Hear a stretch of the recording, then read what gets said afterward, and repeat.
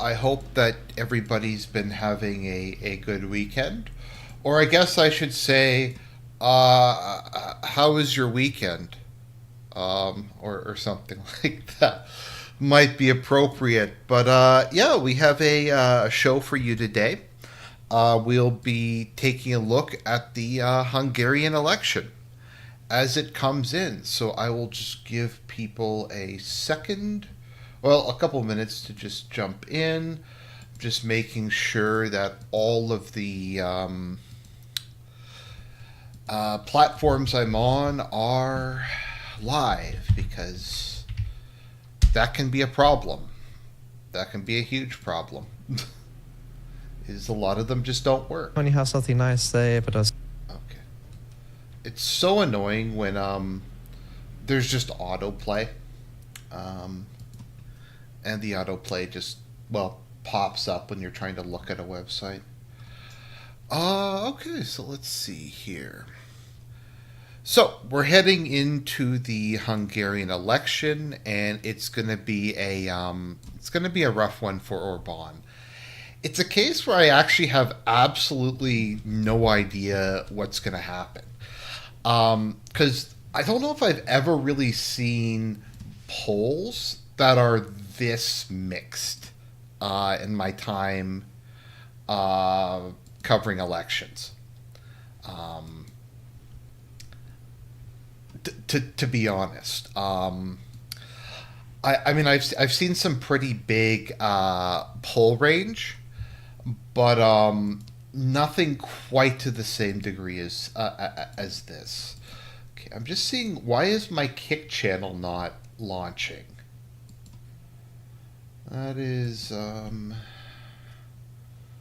That is annoying. Let me just double check this. Why is this not working?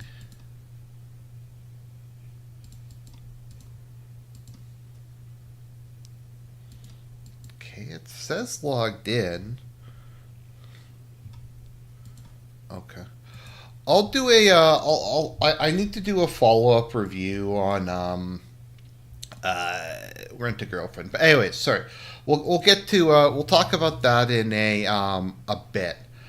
So, uh, the polls are frankly all over the place, and what makes this difficult is almost no sympathetic media coverage. The media coverage is almost entirely anti-Orban, like literally almost entirely.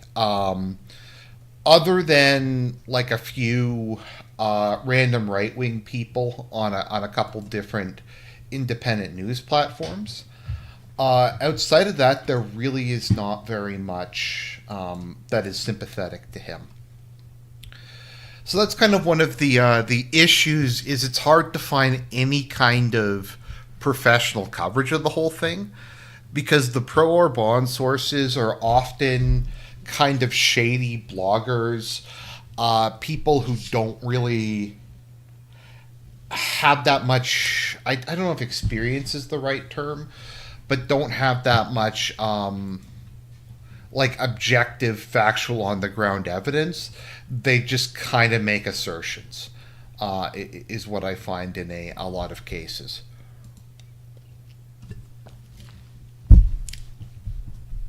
So that is a an issue that I come across with this.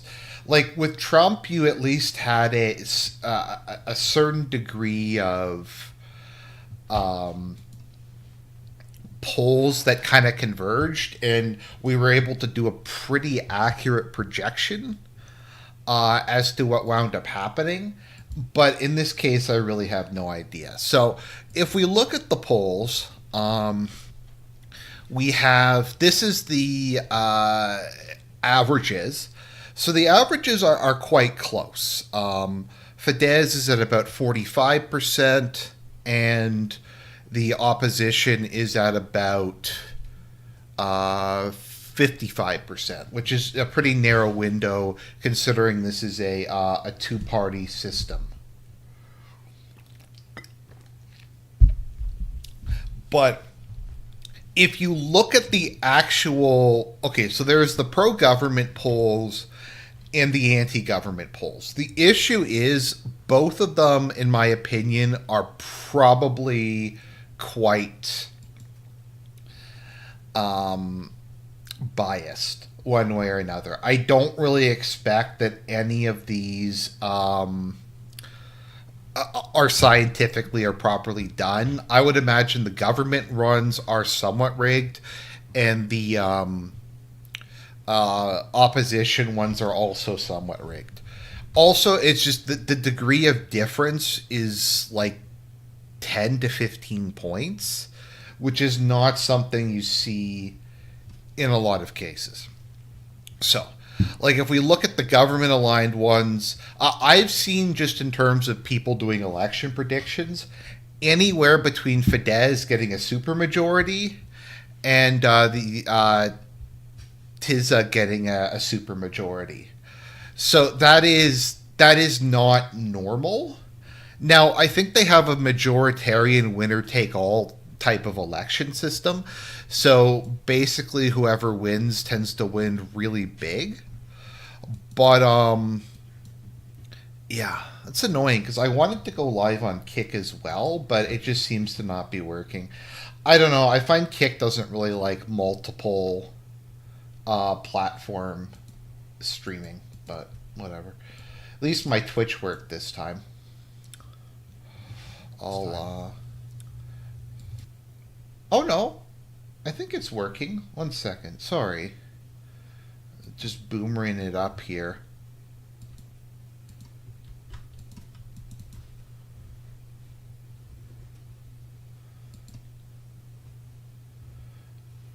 Because it shows. Anyways, I'll try to keep talking while I'm trying to figure this out. Oh no, it is live on Kick. Okay, I'm completely felted. Or actually, that's a good thing.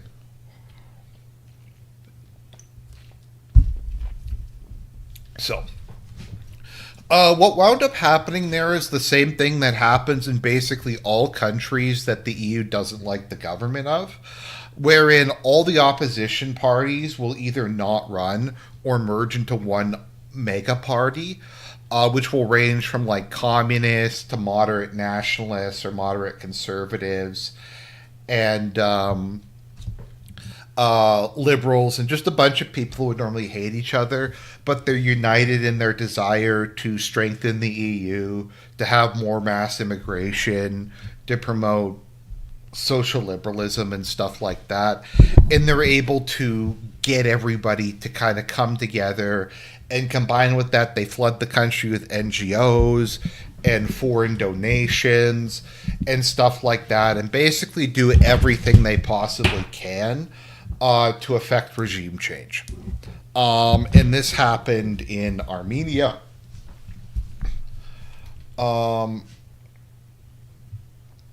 After Armenia, there was that happened there. This also happened in Romania and Moldova. I'm not sure if it happened in Poland, but basically this is pretty common, wherein everyone will jump on board.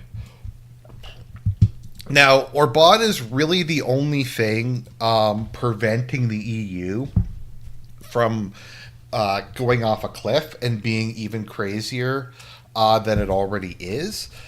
Because of the way the EU is set up, Hungary often has veto power. And because Hungary has has veto power, they're able to block a lot of just the more insane stuff that would be done otherwise. So yeah, I'm very worried about what's gonna. It didn't happen in Poland. Okay. Um. So that's going to go away. Hungary's also been one of the holdouts against mass immigration, against a lot of G slur and F slur stuff. So we'll see how it is. I've just been trying to find a live election counter They might just not have one because Hungary's such a small country. But I'm not sure. The other issue is I don't really trust any of them. I'm gonna say what I hope is that Orban will just rig the election. I'm just gonna be honest. I made it pretty clear I don't really believe in democracy as inherently good. I just want people who I think will save the country and will protect the moral, the religious, demographic, cultural, and moral character of the people is more important to me than any kind of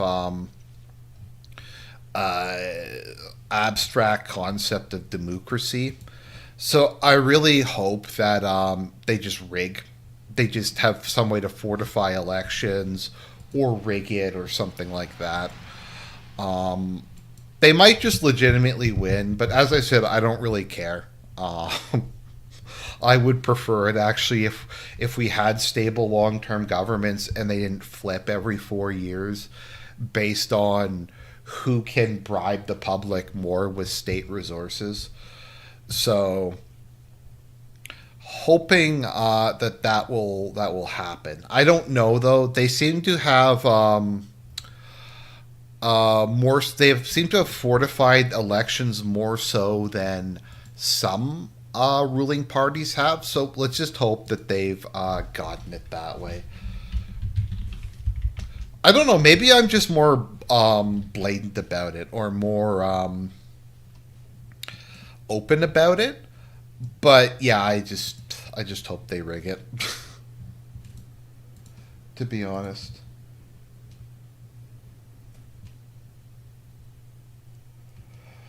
Is okay. Let's look at demographics of Hungary.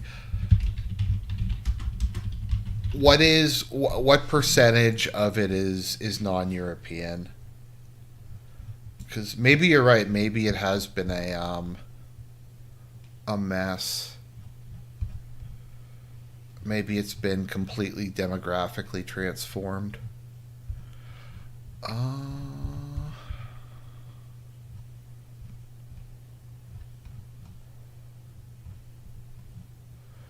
okay, ethnic groups. Okay, so the country is what percentage white is it? Okay, so where is there a modern one? I'm trying to find it. They have all this just side shit I'm trying to get through. Um, okay, I'm just trying to find a. Is there a modern ethnic breakdown of the country?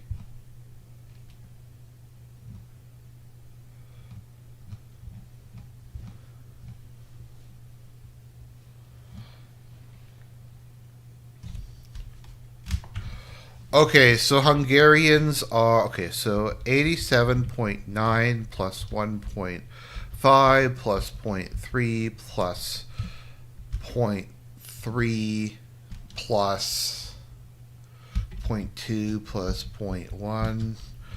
So okay, I don't know what not stated means. That's kind of problematic. I don't know if that what that generally refers to. Um, Maybe that's mostly Roma, but it's at least 90% white. So,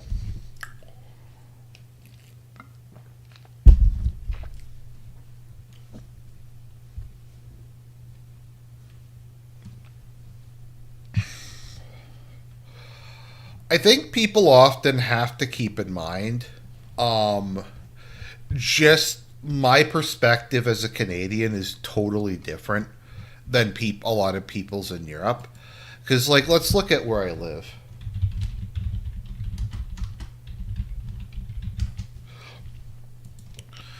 Let me see. What percentage white is Winnipeg? Yeah, by the Winnipeg is majority non-white. Um, at this point in time, and that has happened within like a 20-year period. So like where I live was 78% white like 20 years ago, and now this is a couple years old, so now it's less than 50%. So you have to understand my perspective is just completely different than a lot of people's is um, regarding what is considered mass immigration and what isn't. And this excludes some of the worst years of like 23 and 24. Um, so, yeah. Let me see here.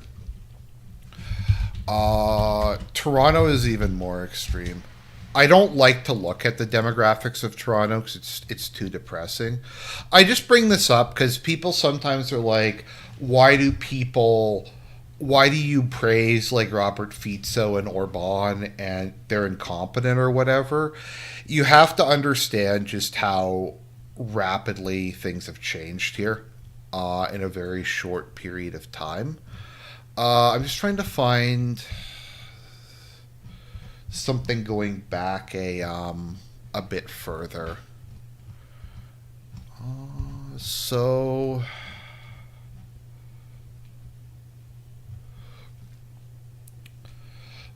I'm just trying to find it back before 2001 because I remember that it was a more radical change prior to that. Uh,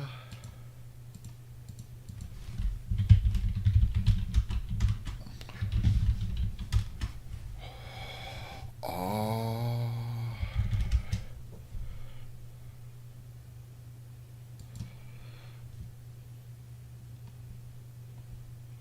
I'm just trying to find what it was in 2000. Sorry, in 1990.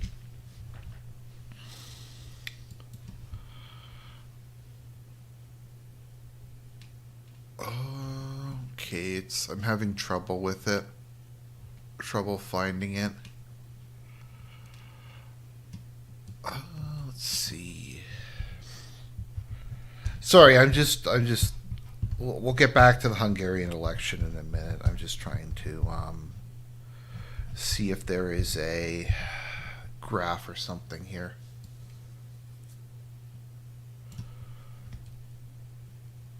Oh, let's see. What year is this? 2001. I'm looking for further back than 2001.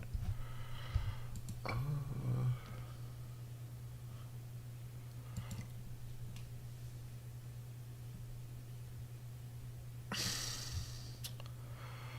okay, I want Toronto.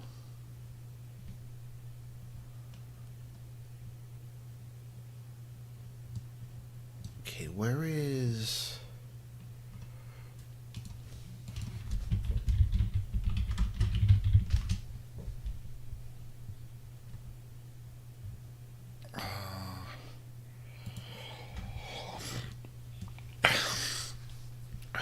Okay.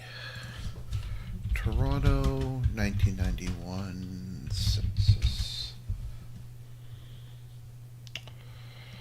Okay.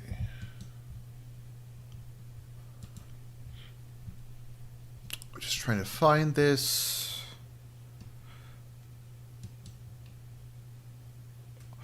Once again, I know this is unrelated to the Hungarian election, but it's my channel and I can, if I want to do random digressions, I can do random digressions. Let me see. I'm just trying to find if there is an ethnic breakdown for 1991. Okay, let me just try somewhere else.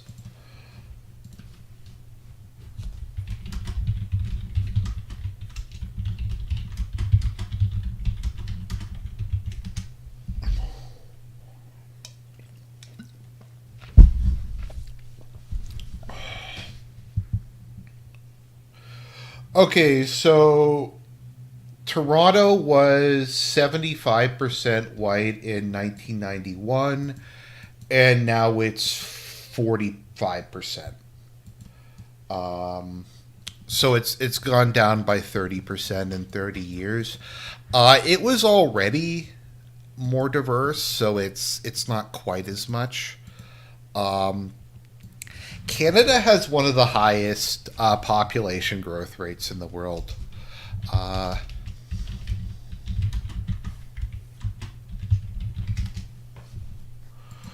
let's see. Where's Canada? Maybe for this year. Okay, maybe it's low this year, but it was really high for a long time. Okay. I think it's higher than that. I don't know why it's saying it's that high. Um,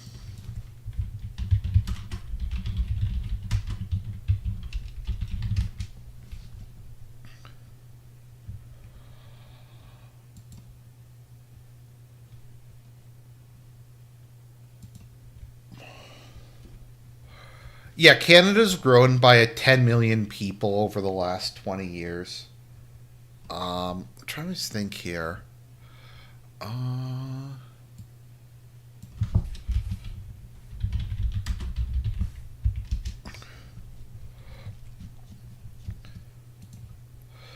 yeah, so this was the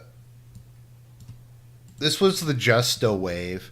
If people want to know why I hate Justo so much, this is what he did. So during COVID, he just completely removed all barriers. So Canada is now getting like millions of new immigrants a year. Um, so yeah, that's how rapid it is. Fortunately, most of them are non-permanent, so some of them will go home. But yeah, it's anyways. So sorry, that was a complete digression from the Hungarian election. I'm just trying to give perspective as to why, even if there is corruption and incompetence among some of the Eastern European governments, they still kind of look like paradise to me. Because they haven't witnessed just total uh, cult like implosion. Uh,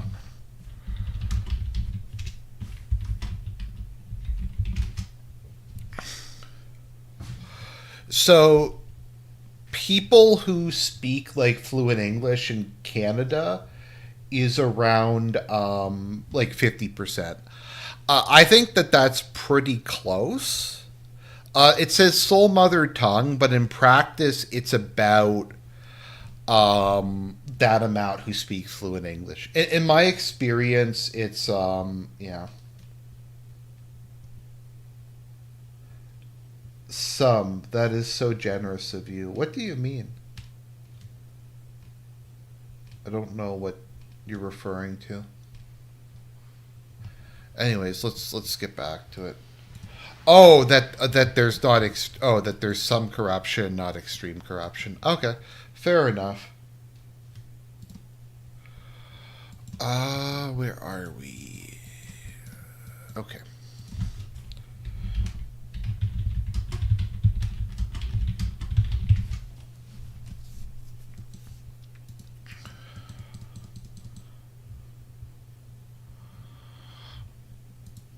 I don't know. Also, do they gas disabled people in Hungary? Because they do that here. So I don't know.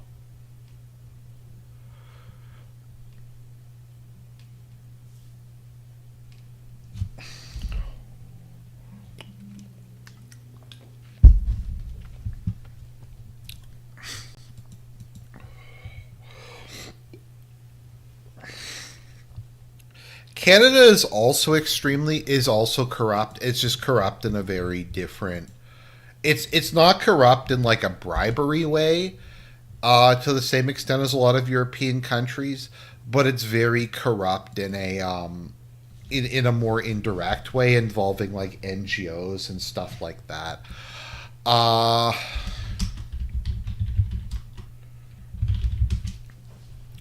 If anybody knows where there is a like a live feed that will show where the elections are, let me know.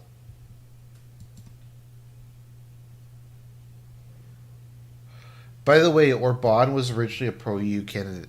Yeah, that's the thing. Like, that's the. I think that's something that people forget is that Orban isn't exactly, or he wasn't initially like anti NATO or anti EU or anything. He just didn't want his country to be flooded by millions of random Africans and didn't want all the gay shit. Um, just as far as I can determine, that's what happened. At least my impression. But he is generally pro America and is generally pro.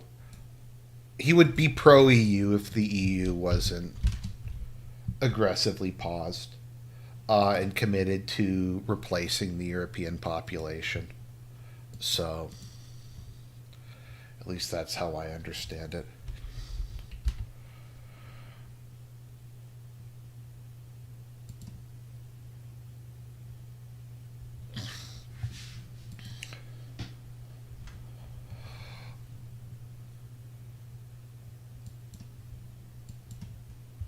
Yeah, I know Orban was more liberal in the past. Once again, I find it hard to really, I don't know. Just from a Canadian perspective, it's so insane here. It's hard for me to really um, care that much about a lot of complaints people have in Europe.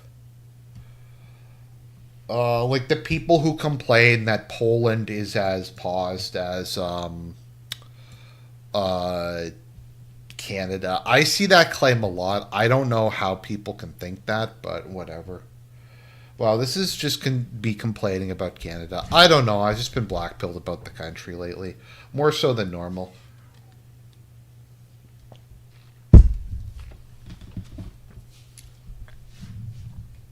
By the way, I've been there. The Budapest is a beautiful, beautiful city. Um, One of the most beautiful places that I've ever been. I'm having trouble finding a tracker for this. Oh boy, Poland lights the menorah, and like it just.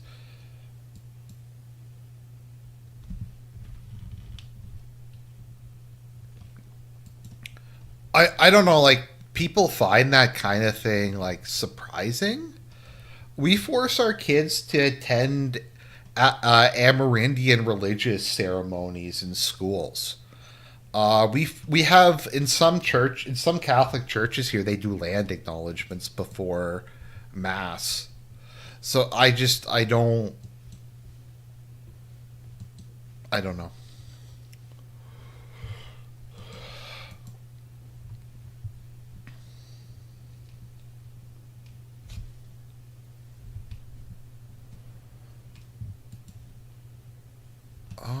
Let's see. I'm just trying to see. I always find it funny that the Washington Post motto is "Democracy dies in darkness," despite having one of the most aggressive paywalls of any news site on the internet. I'm not able to find like a live result feed. Let me just see here.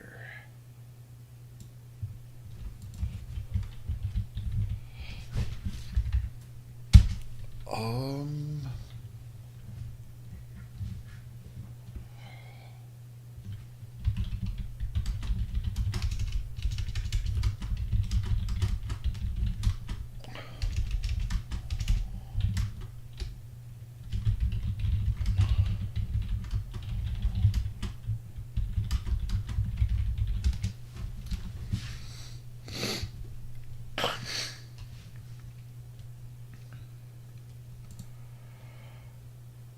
Okay, but Cyber Ninja Zero. It's not as if we don't also have the Chosen stuff. I'm just saying, in addition to all of that, we also have the Amerindian stuff. We also have Black Lives Matter here for some reason. In Toronto, they like have like black land acknowledgements now. Is something that I've seen. Um. So, I'm also gonna say this: if Orban loses, I'm gonna blame Trump for a lot of this. I think a lot of this is due to Trump's retardation and the fact that Trump has just kind of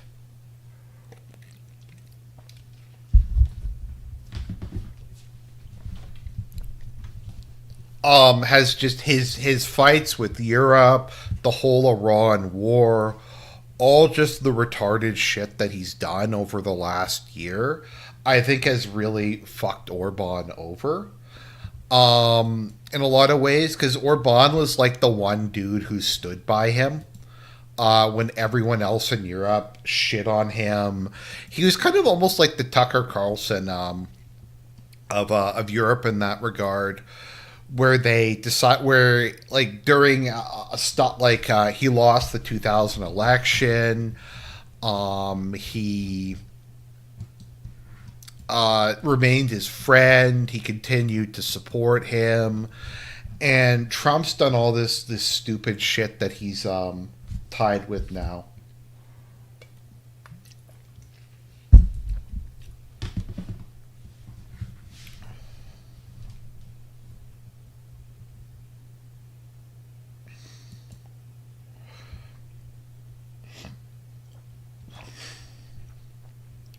An Amerindian is so they're technically indigenous or First Nations. I just don't like saying that because it's G slur. It's the descendants of the people who were here before the Europeans arrived. Is who I mean.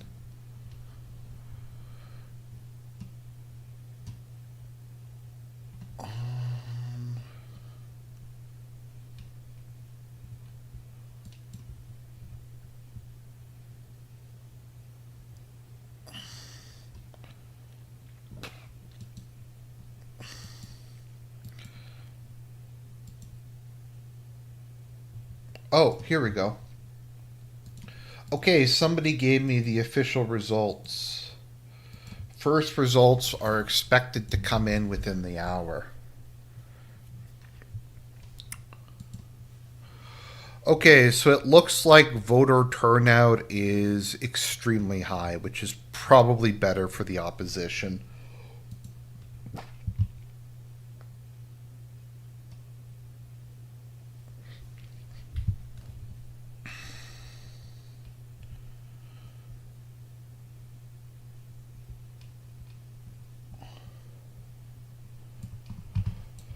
Um, I just largely say Amerindian as a not exactly a slur. I just don't like.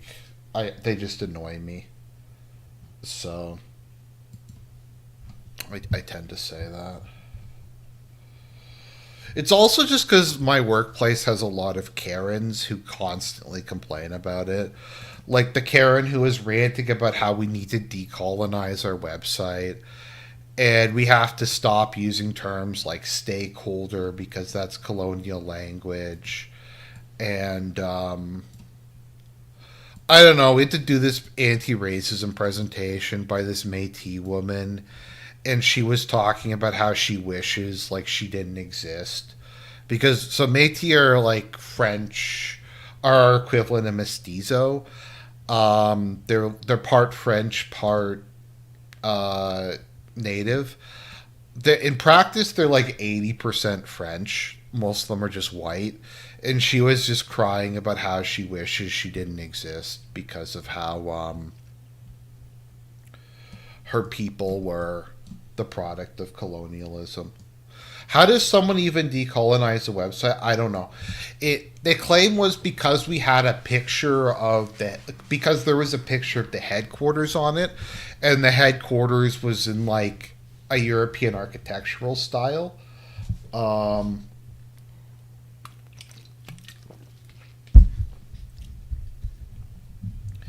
and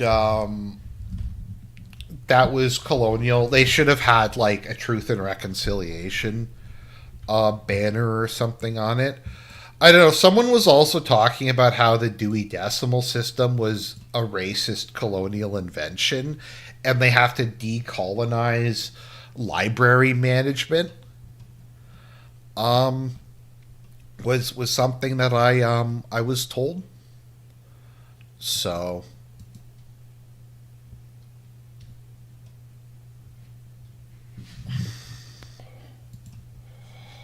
yeah, they have to decolonize library management.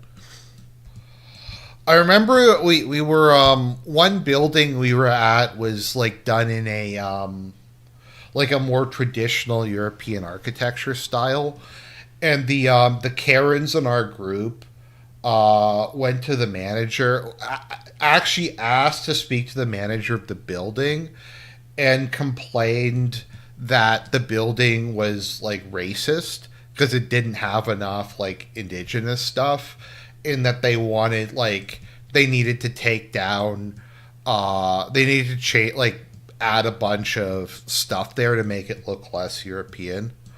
um I don't know. It's I don't know.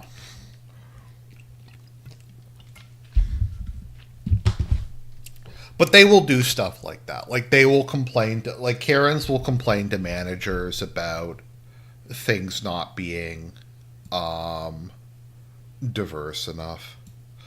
I don't know if I ever seem to be honest, part of the a large part of the reason why I'm not super stoked about getting into like getting married is I just having worked with women for years, I just don't like being around them. And that's not an incel thing. That's not a like they won't have sex with me thing. It's just I find a lot of them very unpleasant, and just abrasive, and also ignorant and boring is like the other thing. I don't know. It's once again, it's basically just experience um, that has made me kind of the way I am with regards to it. Um, Being around males, even like liberal leaning males, I just find so much better. Um, Also, just they don't like cry as much or freak out over nothing.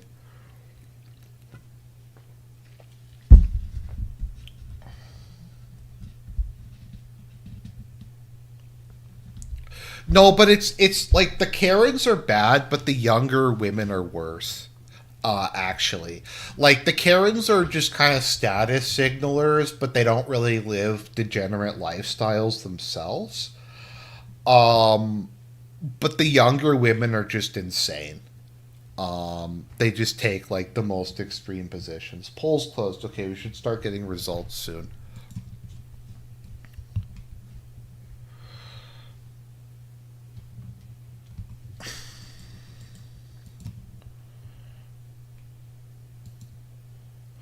But yeah, like I said, it's not an incel thing. It's not a like women won't have sex with me thing. It's just I don't know. I just find them very unpleasant. The absolute worst women, and I don't know if you guys have this experience. Asian women born in the West are the absolute worst. They are the absolute like just worst people you will ever meet, because Asians are conformist to begin with, but they're um especially conformist.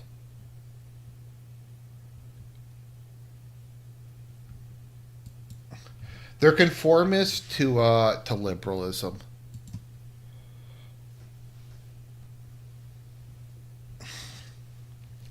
Asian males, interestingly, I find most Asian males live a very like center right lifestyle. Like a lot of them are, or at least a significant minority of them, have converted to Christianity.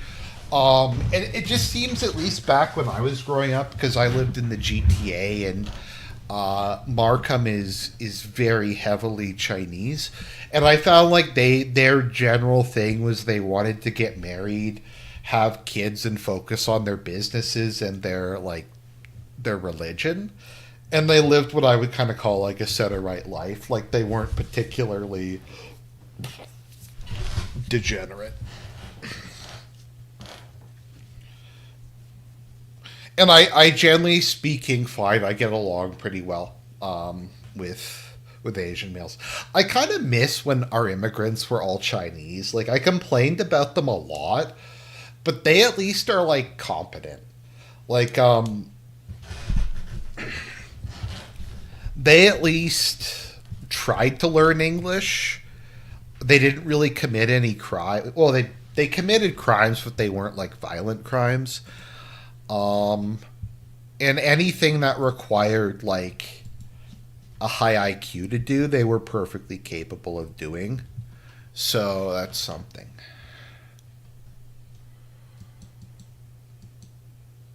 We'll cover it a bit more. I don't have a ton else to say. You lived in the GTA? Yeah, I lived in Toronto until I was. I just say Toronto because I don't want to say the exact place I grew up in, and no one has probably heard of it to begin with. But yeah, I lived in the GTA. Um, I moved out to Winnipeg, like I think 3.5 years ago now, for work, because I don't know, Ontario is just very, I find there's not a lot of work there. There's more job opportunities out here despite it being poor because no one wants to live in Manitoba for a variety of very good reasons. So yeah, so I moved there, moved here. It's probably not that doxy to say, but other than that, I lived in Waterloo for like 4 years because I went to Laurier as my university. Waterloo is a nice city, or at least it was a nice city. The neighborhood I lived in, because I lived pretty close to. I went to Laurier, but I lived closer to U of W. Okay, what's that? I hear a. I hear a something that someone messaged me. Is that on Twitter?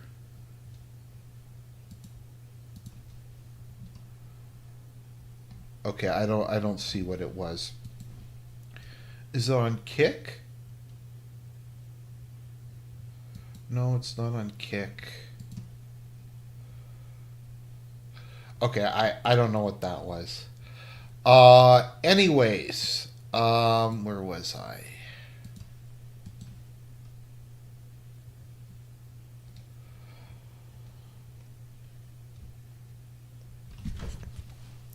Yeah, the neighborhood I lived in was like 90% Chinese, which actually was pretty nice because it meant, like, back then, that was when I was not properly medicated for bipolar, and I was on a medication that destabilized me and made me go insane. Do we know who's winning? No, the results have not come in yet. They should be coming in very soon. That's why I'm not really talking as much about it. I'm refreshing it every couple minutes to try to figure out what's going on.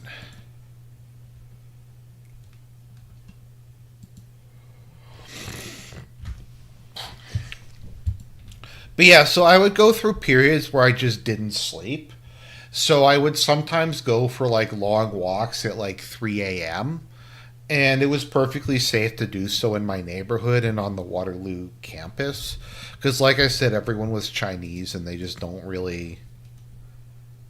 do stuff like that. Um, so,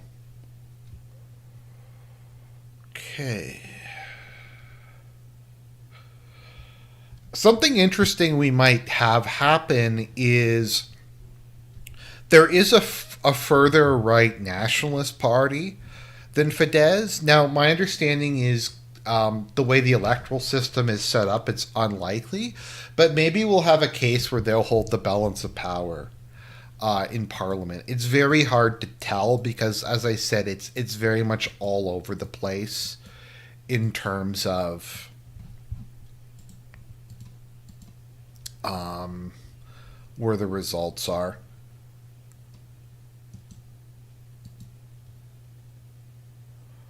Okay, content isn't available.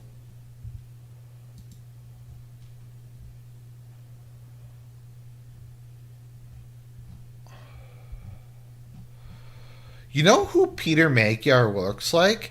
He kind of looks like Anderson Cooper, doesn't he? That's who he looks like. It's been bothering me for a long time.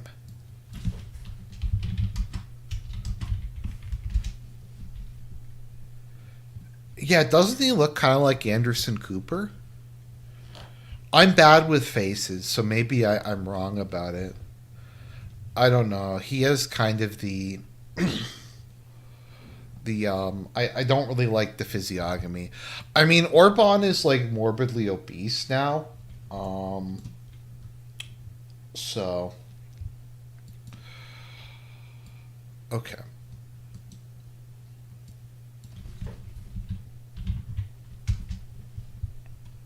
Okay, to explain to people what I mean. So GTA is the Greater Toronto area.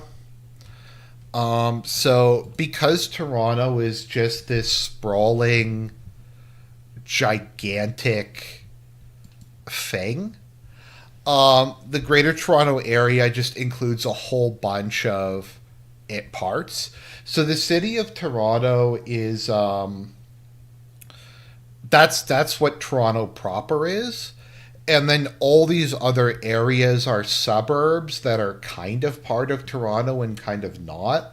So you'll have cases where people from very far away will commute there on a regular basis. Like, let me see, how far is Barrie to Toronto?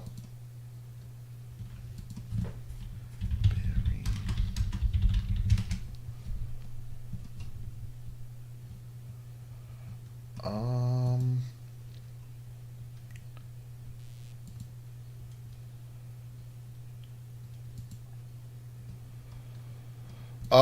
like well over 100 kilometers. People will commute. Like 3 hour commutes are not uncommon in southern Ontario, which is one of the reasons I moved away from there. But yeah, the GTA is huge. I'll go back and look at the stuff again. Okay.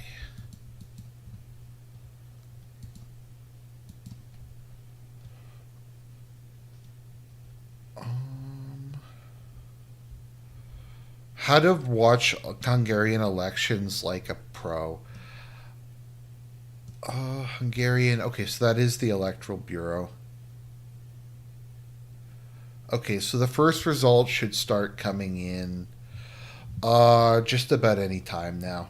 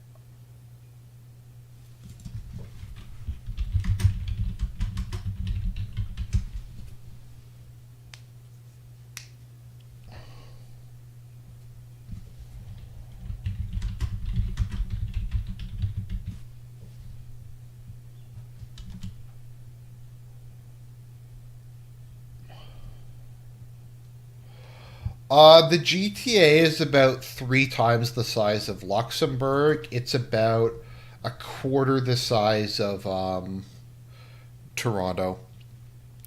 Sorry, of Belgium. It's bigger than Metro London, I think. It's about 150% the size of Rhode Island. Is how big it is. Canadian cities tend to be extremely sprawling.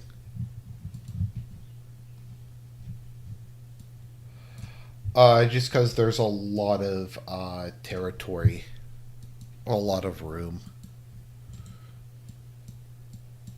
Also, it's very much the we have a very similar attitude as Americans in a lot of ways, particularly among Canadian conservatives, that public transit is seen as demeaning and beneath you. So we just don't really have functional public transit in most of the country, partially as a result of that.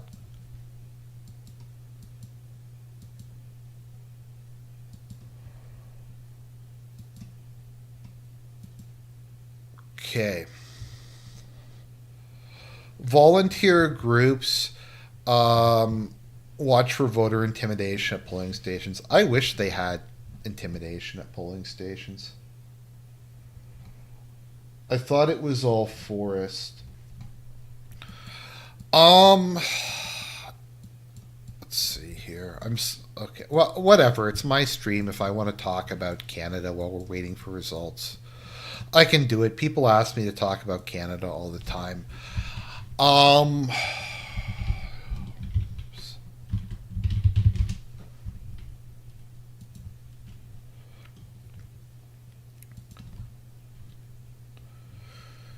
so let's see.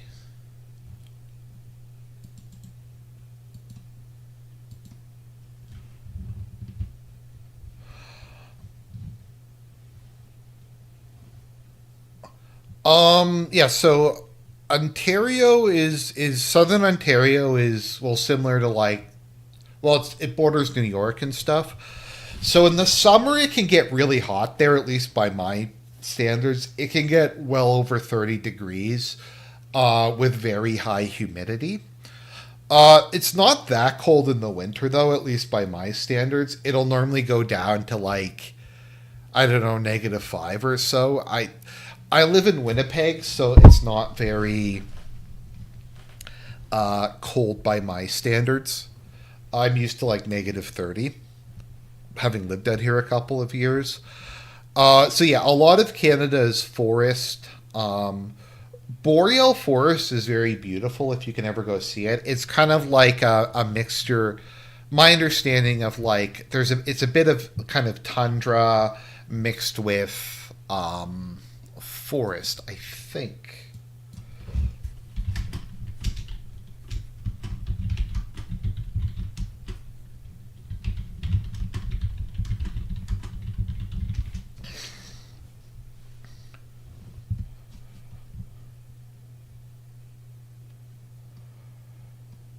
Oh no, it isn't. It's what's called taiga. Which you have. It's similar, I think, to Siberia. I'll do a longer video on the quartering. I there's a series I've been trying to do and I just haven't gotten to it called Are They a Lolcow, which is like my version of Is It Fascist? But for lolcows, and I've actually come up with a pretty good system, which I think I've run a couple people through it. Let me just see here.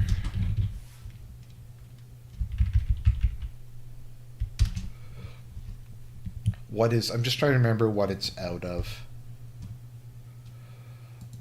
It's out of 12, plus there's a whole bunch of bonus points. Um, so, like, when I tried it, like, so James Rolfe got, also just because Canada is very geographically young, sorry, geologically young. So in boreal forest, there tends to be just massive rocks and it's very rocky and the soil's very thin. Um, so yeah, so like James Rolfe got like 4 out of 12. Keemstar got I think 7 or 8 out of 12. Ethan Ralph got I think like 24 out of 12 when I was just running it through. Um, Ralph I think got all of the bonus points. To be a full-on lolcow, you need to, in my opinion, you have to get over 12. Because like the bonus, I'll read a couple of the bonus points. Declare the drama is over and immediately resumes it. Calls unedited clips slander or fabrications. Obviously watches detractor content while claiming they don't. Leaks private text DMs or correspondence. Deletes or delists social media accounts, then immediately reactivates them. Launches Patreon GoFundMe with impossible rewards. Calls their own supporters detractors. Engages in coordinated reporting or deplatforming campaigns. Fakes or exaggerates major illness or personal crisis to gain sympathy or money. This is my favorite one. Commits or confesses to crimes but escapes real world consequences solely because it's on the internet. Um, which is I find extremely common. For whatever reason, if you're like an e-celeb, you can commit crimes on camera and get away with it. I guess people just like the police just probably don't want to deal with it. Is Peter Magyar gay? Just he kind of looks like it.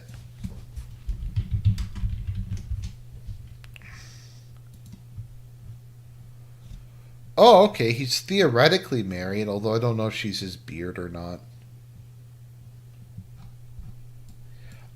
Any crimes? I haven't done sticks. People keep asking me to cover sticks. I don't want to cover sticks. I'm going to be honest. I find him so physically repulsive. I can't really look at him long enough to watch his videos. I don't know. I just find him so physically and aesthetically disgusting. I can't watch him. Remember back when he used to wear like the what's it called? The leather jacket with no shirt on, and it was obvious he didn't shower. Fuck. I don't know. I can't. I just there's levels of cringe that I can't even tolerate. What's going on with Styx these days? He's on the run from the law. He is wanted for crimes in multiple states. He's completely broke. He's dying of alcoholism, and he faked having a stroke in order to get out of his court dates. Um,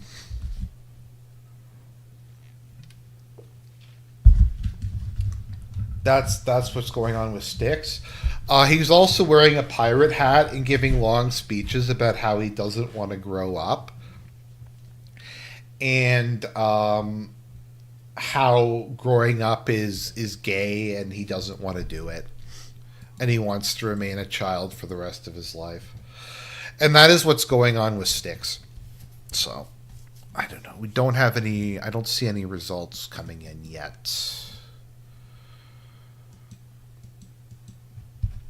Do they have a Twitter?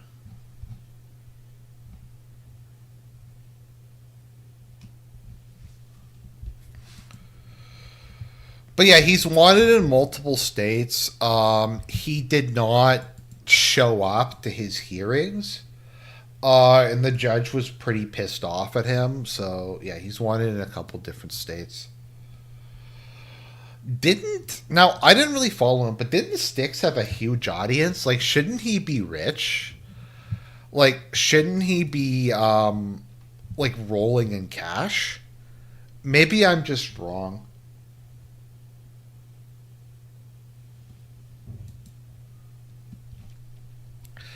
I didn't realize because I've been watching some of the coverage. I didn't realize Brittany Venti was as young as she was. Um, I didn't realize she was 29. I thought she was in like her mid to late 30s.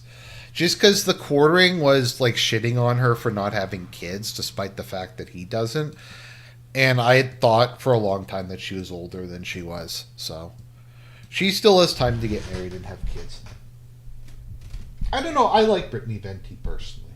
I don't know what the like the consensus is in the community or whatever, but I find her pretty funny.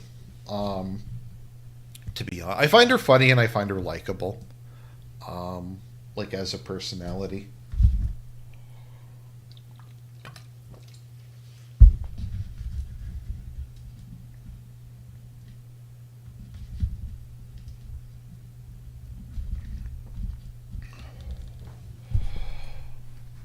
She's very self-aware, which is something I like. I think self-awareness is a lack of self-awareness is the defining trait of a lolcow. Um, I think that is the number one trait of a lolcow, and that's not just in like internet, but also IRL. Trump has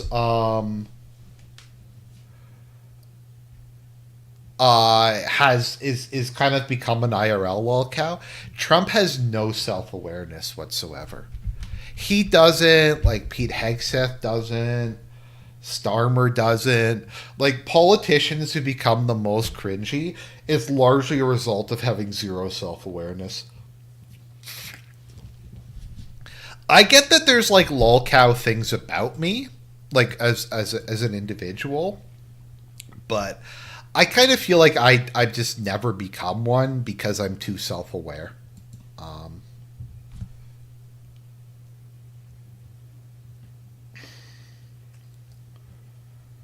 okay, I'm just gonna run. I'll be well, not run, but I'll just be back in a sec.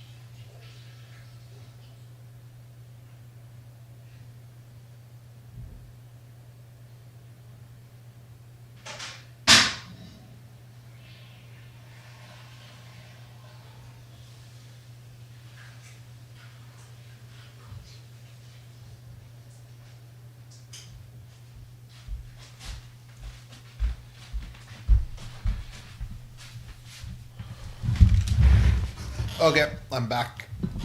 Here we go. So, I mean, that's how you deal with it. You don't do what the quartering does and overshare when you have to go use the washroom. What was I thinking of again? Once again, we're just waiting for results come in, and then I'll start talking more about them. What was I thinking of? The Ham Planet. Yeah, so the I'll just share it if people want. So there is I can't find the original clip of uh the original clip of wow, my brain is not working. of Hambly talking about Walmart, but there's a guy who covered it, uh, where he watches the Jeremy Hambly clip, and he goes through and he like draws a diagram of it, and stuff like that. I'm gonna warn you, I actually got nauseous. I have a strong stomach for some stuff. I admit just anything to do with, I don't know, bathroom stuff really grosses me out. Um, I don't know. Just watch that at your own peril. Just so people know that I'm not like um, slandering him. I filmed a couple. People really like Argent tries it for some reason. Like it doesn't get a ton of views, but I get a lot of people asking me to do more of them. So I filmed a couple more. There's a couple from Europe I just forgot to put up. But we have a new episode of Rain Tries It. I got her liver. She immediately just grabs it and runs off when I put it in her bowl. Um, she's just kind of a detract. Like whenever I'm doing an Argent Tries It, she just Rain will always jump on the table and just start being will just jump on the table and start being a detractor. Like we have a local grocery store food fair, and they have bulgogi sushi. So like sushi rolls, but with like barbecue bulgogi in it. And so I was reviewing it, and Rain like jumped up on the table and knocked the camera over. That was pretty funny. I don't know. I think she's just figured out somehow what the camera is, and she just kind of sticks her head in front of it. I also did a one where I was reviewing these these terrible Tostitos chips that were Mexican street corn flavored, and she like jumped on the table and started licking them. I was just like, no, don't do it, girl. Don't do it. You have so much to live for.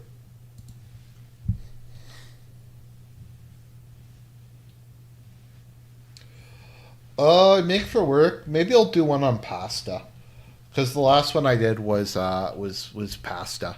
Uh, so I have a massive thing of that. I don't know. I don't know what you call them, like mashes or whatever, but I don't know. They seem to work pretty well in terms of like nutrition. Um, I'm not going to go into super detail, but they seem to be good on my digestive tract. Getting all the vitamins and minerals I need. It's just a way to get like more fiber and vegetables in my diet.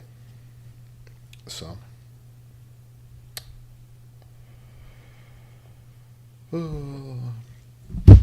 I need to stop playing Sins of a Solar Empire 2 because I've just been kind of addicted to that lately. And I've just been playing way too much of it. It's just so moddable.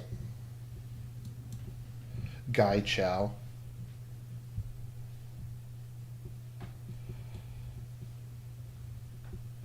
Like, I don't think it counts as Goy Slop because it's fresh ingredients.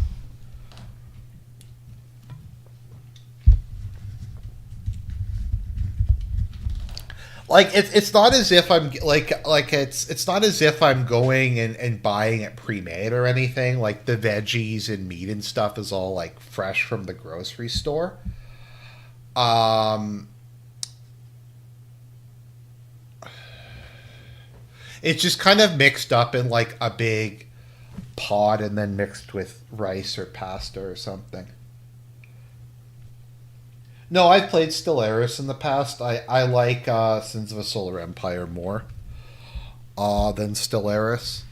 I just find with Paradox games, they just keep adding shit to them and it eventually makes them worse. What is it made of? Oh, you're asking me what my. Okay, so Once again, we're just waiting for results to come in. So what I do, I used to for years just make myself like sandwiches, and then some days if I didn't feel like making a sandwich, I would often have like a can of chili, or I really like baked beans are one of my favorite foods, so I would have like a can of baked beans for lunch. Um, would be cool. Sorry, is good. So what I decided is I'm like, you know what? I'm gonna do like the lazy way to do this. So I have like a giant stock pot, and I just throw a whole bunch of different stuff into it, and then simmer it for like half a day, and I'll make like a giant like I'll go through like multiple packs of pasta or make like 30 cups of rice, and I will put like a scoop of rice or pasta in a Tupperware container, and then put a scoop of the mash I make. So the mash just has like a ton of shit in it. So there's a couple I cycle through. Um, I'll do a curry sometimes. There's like a more Italian one, and there's like a more Cajun one. Then there's like a sweet and sour one. So like there's a whole bunch of ingredients, but the ingredients will include onions, peppers, onions, peppers. It depends. Sometimes cabbage or broccoli or some vegetables like that. What else is there? Green onions. I'll sometimes get jalapenos or some other type of spicy pepper. I'll use multiple cans of beans. In particular, I find lentils are really good. Like, no matter what I'm making, I'll normally put a couple cans of lentils in because lentils are super high in fiber and protein and don't really take up very much. And they just kind of absorb the flavor, whatever they're cooked in. If it's a more Italian one, I'll use a couple cans of tomato paste or chopped tomatoes, a lot of garlic, and then the meat portion will be. It kind of varies. Generally, some sort of chicken. If it's like a more curry based one, I'll either normally get like cheap steak and cut it up, and because I'm slow cooking it, it turns out pretty good, like round or whatever, or chicken breast. What I did for my last one is I used ground sausage, ground pork, uh, and chicken, and chopped chicken is normally what I do with it. Sometimes I've done just ground pork before, but I find like a pork chicken mixture is pretty good. Um, like if I'm trying to make something a bit more Cajun, I'll throw in like celery and I'll get actual sausage. I'll get actual sausage and I'll chop the sausage up and throw it in with the chicken. But yeah, I'll use like 4 cans of beans in it, like a couple cans of lentils, maybe black beans, maybe chickpeas, um, stuff like that.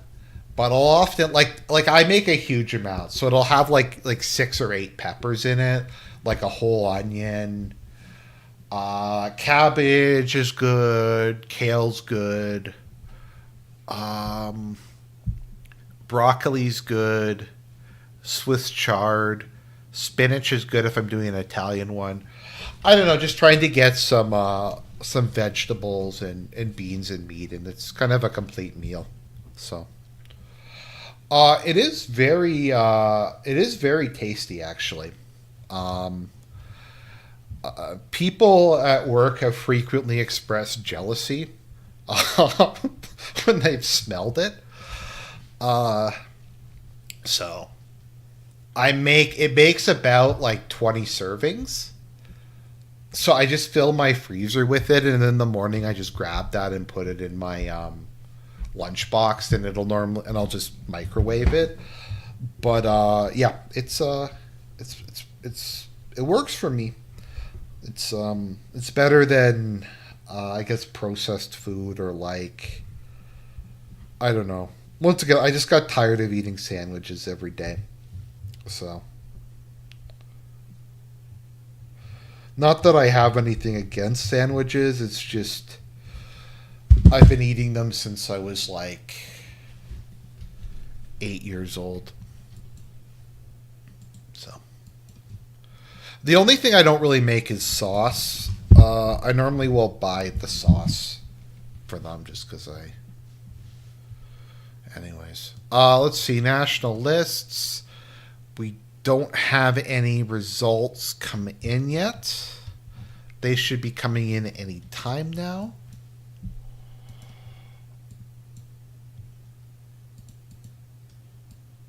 Okay, English.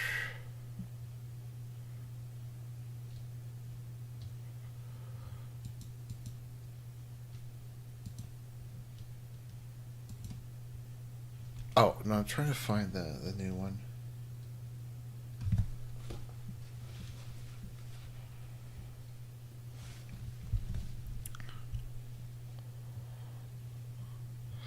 I never played the Rizia DLC. I have to just sit down and play it sometime.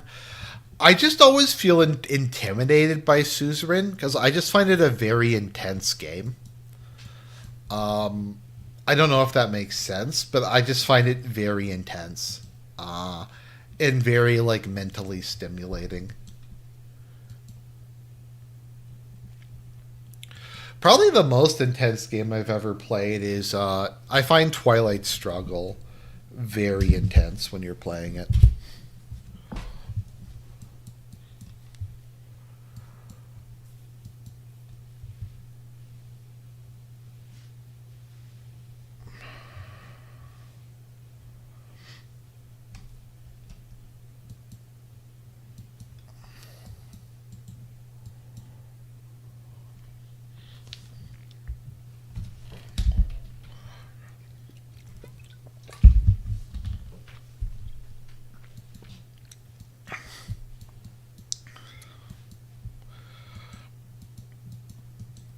I don't know, in pretty much every Suzerain playthrough I do, I've always allied with the ATO.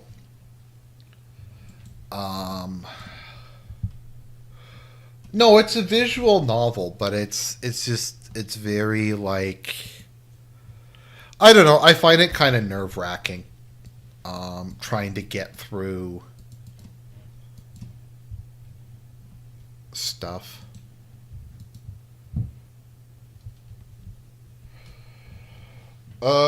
Probably just do some of my ledger. I have to get back to the Command and Conquer series.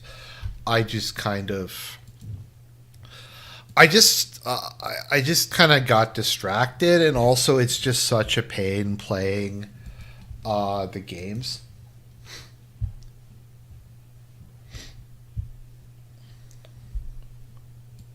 I wouldn't call Swordland third world. I think second world is a good way to describe it.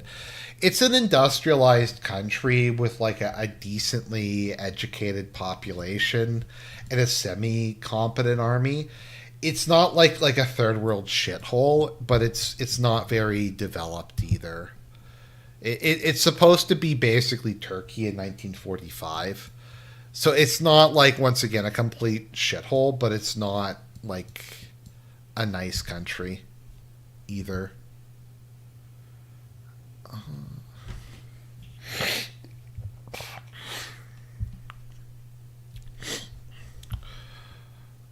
Okay, so the opposition parties have tried to remove mail-in voting, which I find funny because they use mail-in voting in other countries in order to do that.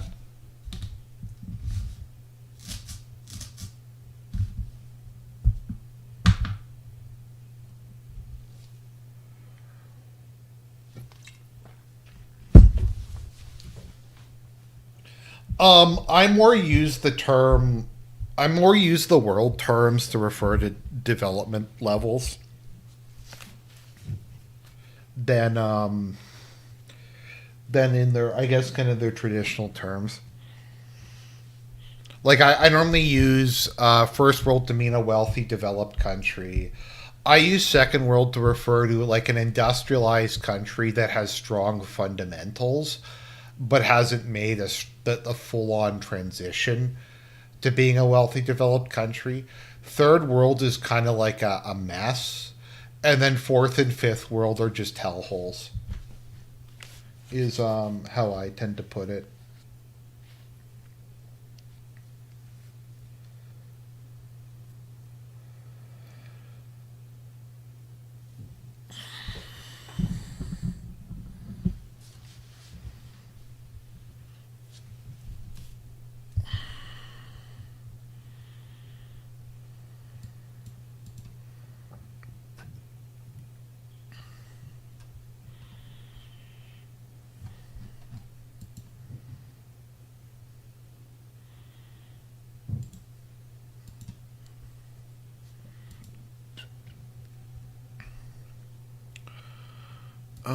Press coverage of the elections.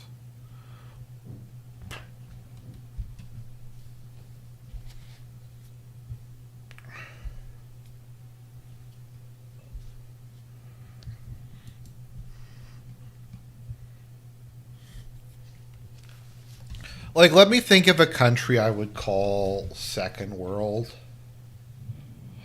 I think pre-invasion, I would say like Ukraine would have been an example. I think Turkey's still something I would call a second world. I think Iran at the moment is a second world country is how I describe it. Um, the Gulf states are first world countries. Maybe Oman. I don't know a ton about Oman. Malaysia, I might put in that category. Countries that are actively developing and have a lot of decent fundamentals, but aren't quite there yet. Yeah, Cuba would probably fit. I think Cuba would fit in how I would describe it. Um, Oftentimes, it's kind of what I would use it to refer to as like a country that, like I said, has decent fundamentals. It's just not quite there yet.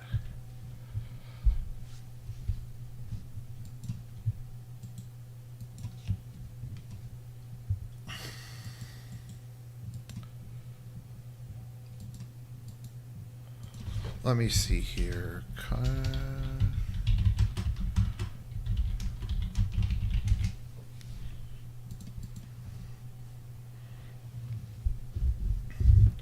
Oh, Oman is? I can never really remember with Oman. Okay, that makes sense then. Let me just see.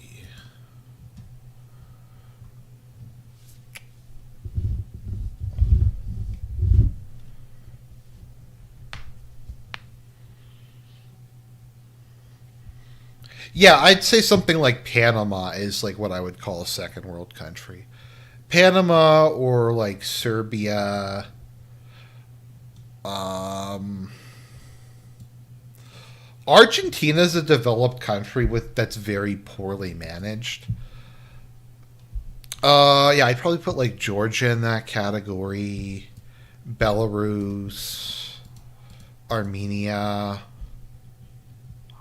Yeah, Colombia would be another example. So would Azerbaijan. I don't know. Hopefully that kind of makes sense. Indonesia is heading in that direction, I think, but it still has a long way to go. Fourth world is countries that are shitholes but are still technically countries. Um, Fifth world countries are not countries. Like Somalia and Haiti, I would say are I would call fifth world countries. I'd call something like Pakistan, like, well, I'd say India's third world. Pakistan's almost like fourth world. It's so shitty. So is Bangladesh, but they're still technically countries. like Somalia or Congo or Burkina Faso or Niger, or like those are, to me, or Sierra Leone and Liberia are in that category of like fifth world countries, just places that are complete and total shitholes, irredeemably so.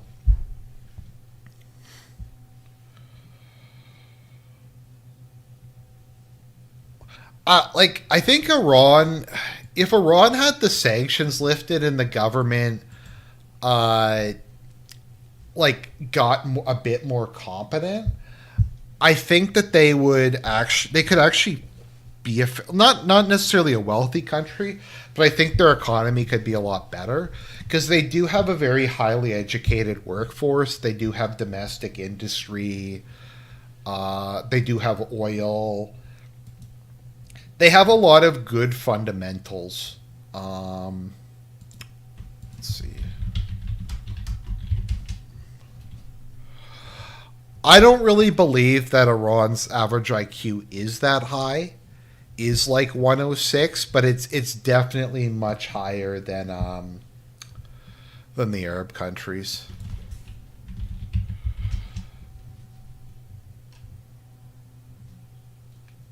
Yeah.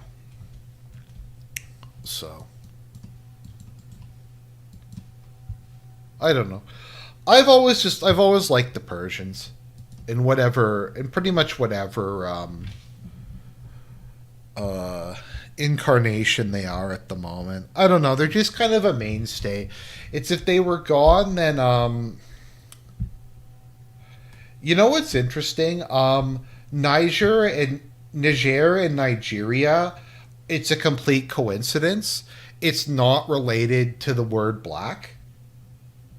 It's not related to Negro. It's just a complete coincidence that it was called the Niger River. I think it comes from the Arab term for river.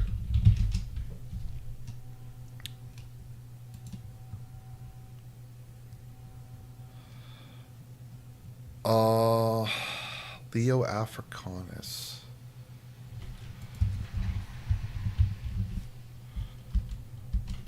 Okay, no, it's so Niger is a Berber word. It says for river of rivers, so it has nothing to do with uh, that. That being said,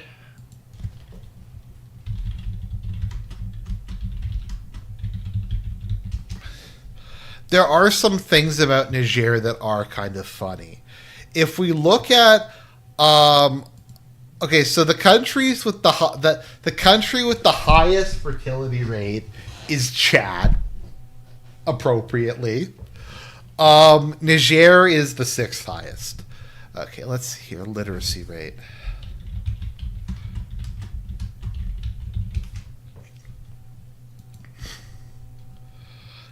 I can't remember if Niger has the lowest literacy rate. Um,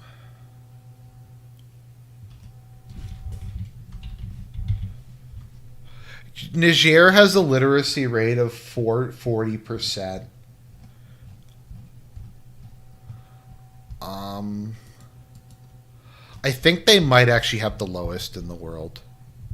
No, they're the third. They're the fourth lowest. Okay, so Chad has the lowest. Chad has the lowest uh, literacy rate in the world. Then the Central African Republic, which I guess is just like generic Africa. Niger is the fourth. So Chad has the highest birth rate and the lowest literacy rate. Niger is up there though. Niger is up there.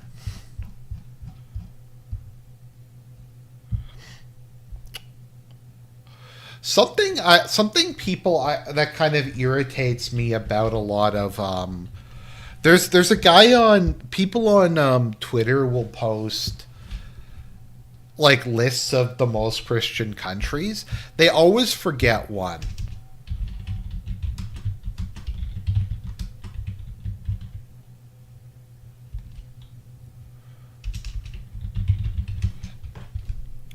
All I have to say is Igbo independence.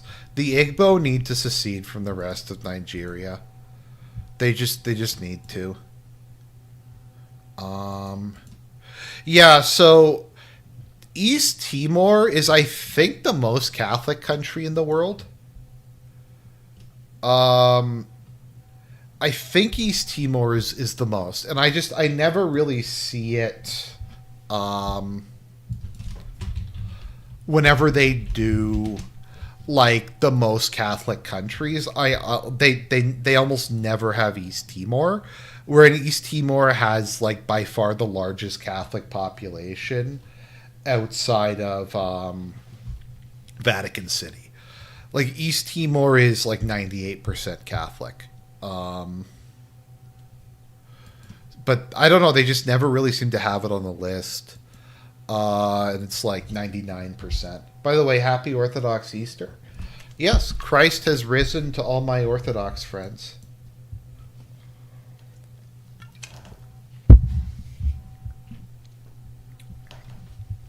Christ has risen, my fellow brothers in Christ.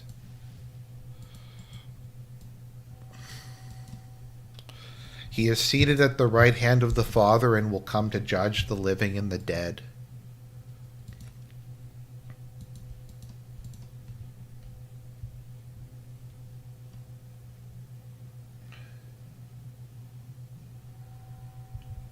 It's Orthodox Easter. Western Easter was a couple weeks back. No, there's different dates for Orthodox and non-Orthodox Easter. So East Timor was a Portuguese colony. Suharto, I think it was, invaded and occupied East Timor and tried to Indonesianize it. It didn't work out, and it became independent again. So yeah, it was occupied by Indonesia for a prolonged period of time.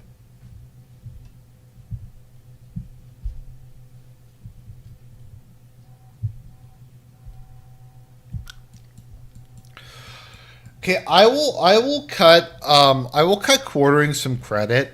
So Quartering was complaining that because he apparently went to the Easter service and he complained that it was too long because there was too many baptisms. And Kino Casino is was shitting on him for complaining about that. As a Catholic, if you go to the Easter Vigil, it is very long. You don't have to. You can go to on the Sunday service, but the Easter Vigil can be like 2.5 to 4 hours, depending on how many baptisms there are, and how many confirmations there are. It can go on a really long time.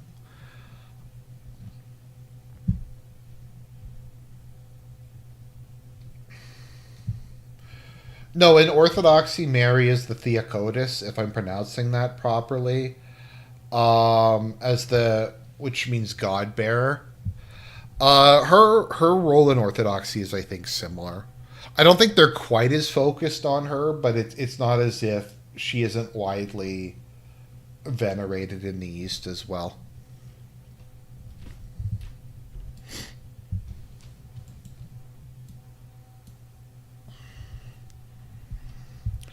Part of the thing is just the Orthodox have a different understanding of sin. Um, they don't. My understanding is they don't really believe in original sin. Whereas so in Catholicism we think that Mary and Jesus are unique among humans, because they were born without sin. But in Orthodoxy, they believe everybody is without sin. They think that Mary, though, uniquely did not sin during her lifetime. Theotokos. I'm just bad at pronouncing things. Um, So they have a similar position. Um, I don't know. I'm more ecumenical than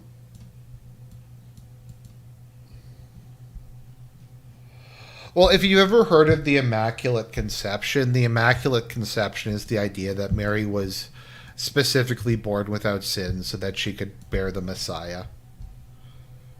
Um, I don't understand the exact theology behind it, but that is how it is.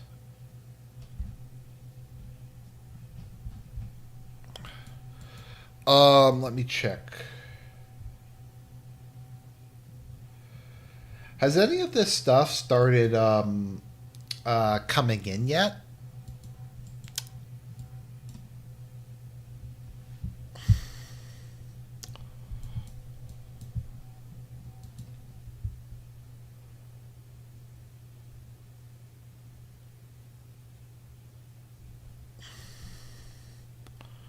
I'm just looking. If anyone can tell me where. No, that's a common misconception. The Immaculate Conception is that Mary was conceived without sin. The Orthodox don't believe in the Immaculate Conception because in their theology it's not necessary.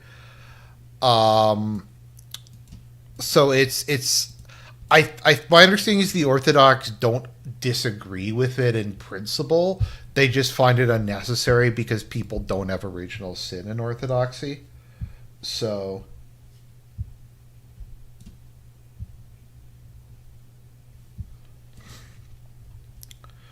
no, she wouldn't be the Messiah because Mary isn't God.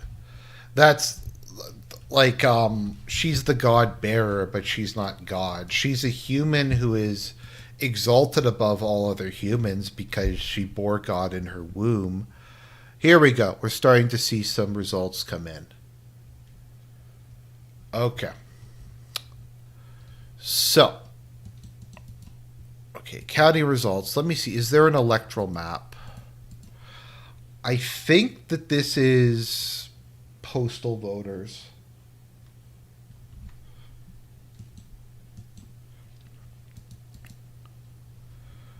Oh, I'm just trying to see if they have a. Okay, preliminary results. Oh boy, here we go. It's very early, so we'll see how this goes. Okay, so here we have. It's just I'm not sure where the votes are coming in for. From at the moment. Okay, registration data.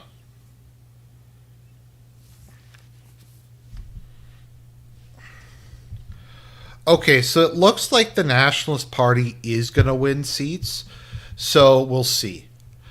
Fidesz gets basically, to my understanding, all of the mail-in votes, and there's twice as many mail-in votes this year. So hopefully that'll put them over the top. If anybody knows, like on this website, if there's some sort of like an electoral map. Okay, so the big question is going to be um, Budapest results. Because Budapest, my understanding, is overwhelmingly liberal compared to the rest of the country. So results can be very misleading. Generally speaking, with a lot of conservative parties, it's difficult because the uh, urban areas tend to come in first. Yeah, the urban areas tend to come in first, and they overwhelmingly vote left wing in most countries. So you'll have results where it looks like the left wing is winning, but the Conservatives Party will come back because they often will just win the entirety of the rural areas. Let me see here. Let me just take a look at what it was like in Japan, if it looked similar to other places. Although Japan was just such a sweep, it kind of doesn't really matter. Let me see what was the lecture before that. Let's see, 2024. Actually, I don't know how it works in Japan. As you can see, though, conservative the LDP does pretty well in the rural areas.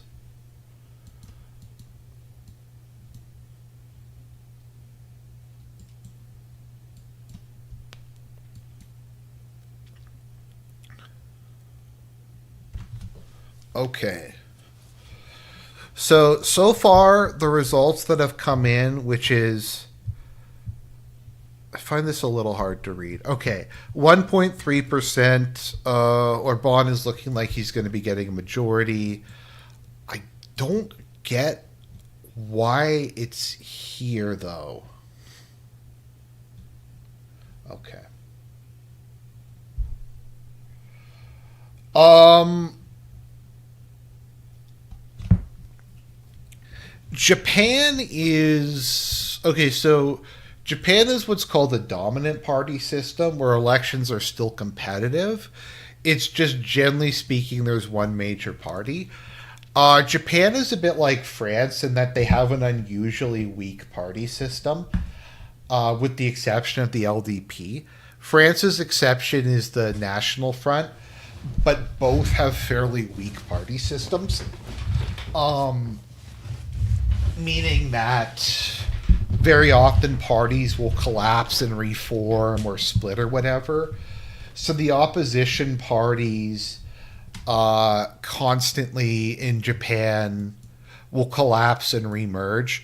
The most stable one is actually the Communist Party and I think the Social Democrats. But the main opposition party just collapses every election, and it's just always a shit show. So, yeah.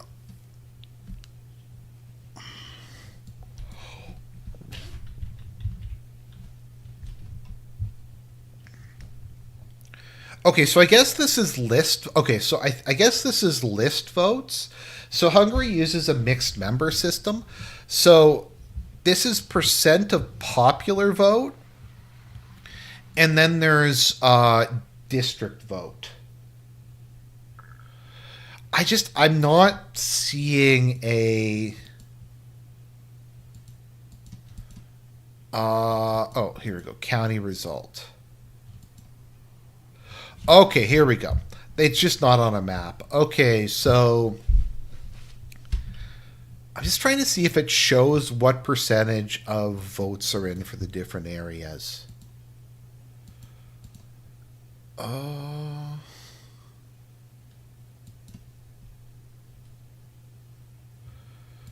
so I don't know. In a lot of these cases, there's only like 400 votes out.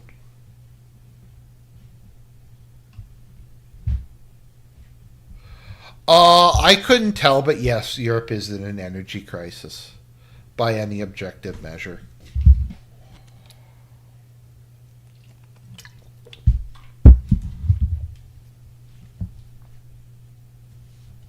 Sure. If anyone can find a like a map on it, let me know. Just because I can't see a map per se. So what might be happening here is the results are coming in from Budapest early, and that's where they have a lead. But we'll have to see. It's very early on.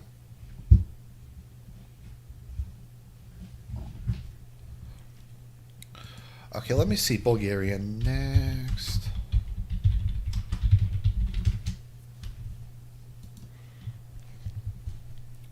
Let me see. What are the polls looking like in PB?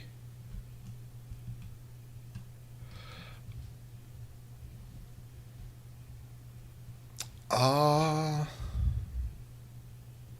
some it looks like an Eastern European Social Democratic Party, so I'm not entirely sure what that means. So apparently like the far right party is endorsing them. Just because social democratic parties in Europe are in Eastern Europe are completely different than ones in the Western Europe. They have a party called MEC, Morality, Unity, Honor, based. Bulgaria First. That's what I want my party to be called. I want it to be MEC is a cool name.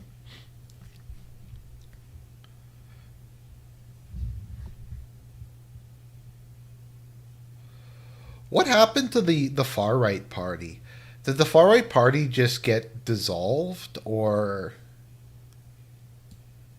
what?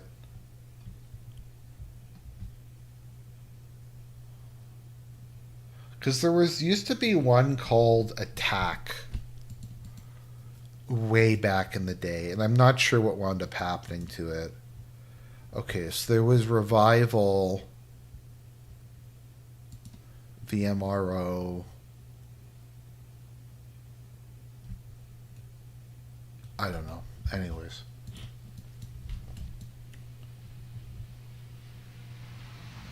Mech means sword. Yeah, just in English, I just think it's like a Gundam.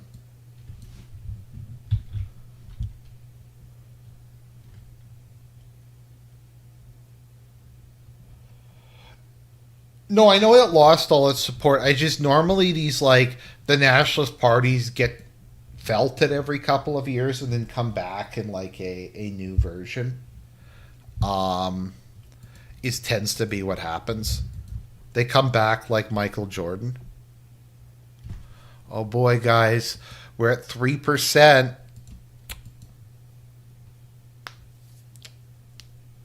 Where are you seeing 6.56%? I'm on the website and it says 3%. Phantom Dude, where if you could let me know where that is so I can. Oh, wait a minute.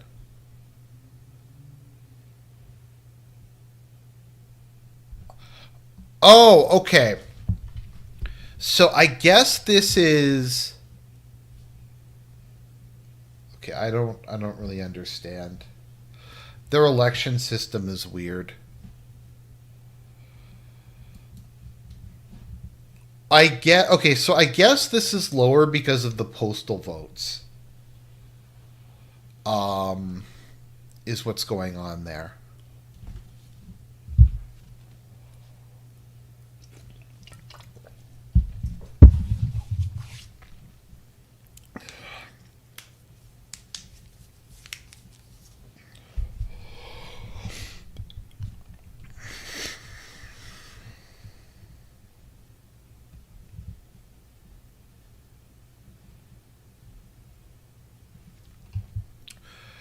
Do I think Kino Casino will get their channel? Yeah, I think so.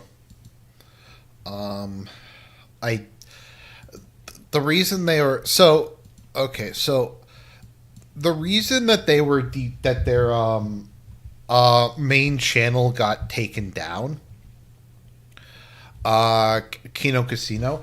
So what happened is the quartering using his YouTube web rep got Andy Worski's channel banned, and then reported to YouTube that they were ban evading through the Kino Casino Clips channel. So it got taken down. So he literally banned. He literally got one person banned so we could get someone else banned. The problem is that Kino Casino is not. Andy and Ashton are not the owners of the Kino Casino Clip channel. The owner of it is Flake, their editor, who is not banned from YouTube. So yeah, it's just complete bullshit. It's just complete nonsense. What if neither get a majority? Then the Nationalist Party will be the balance of power, which is unlikely, but they will then have probably a supply and confidence agreement.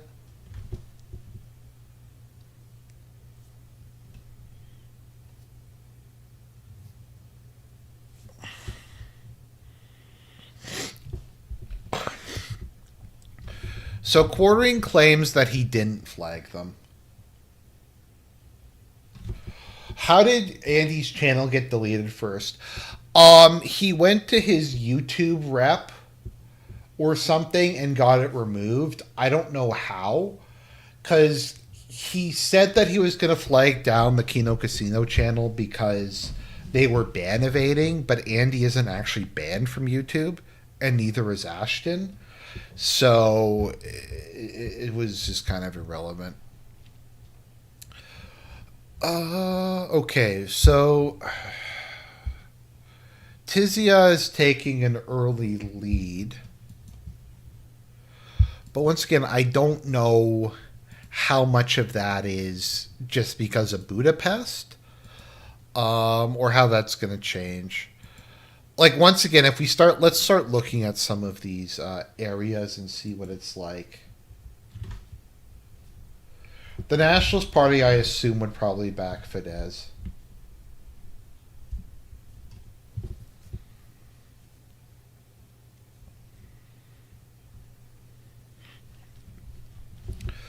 So Jeremy claims that he didn't do it, but he also says that they deserved it, and they broke the rules and they should be deplatformed, but he didn't do it. So that's his claim. He said that he had threatened to remove them, but he didn't actually do it.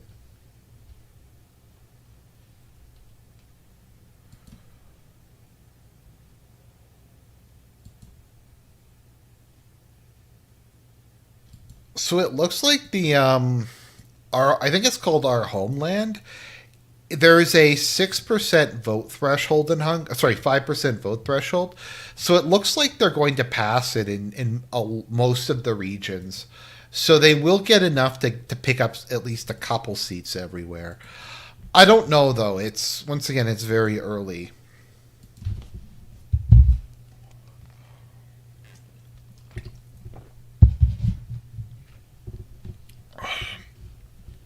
As I said, though, I think if Orban loses, I'm going to blame Trump. Oh, here we go. Okay. All right, let's take a look at the rural areas. Oh, here, there is a map. It's, okay, here we go. It was just, okay, I was just being a retarded boomer. Okay. Let's take a look at rural Hungary.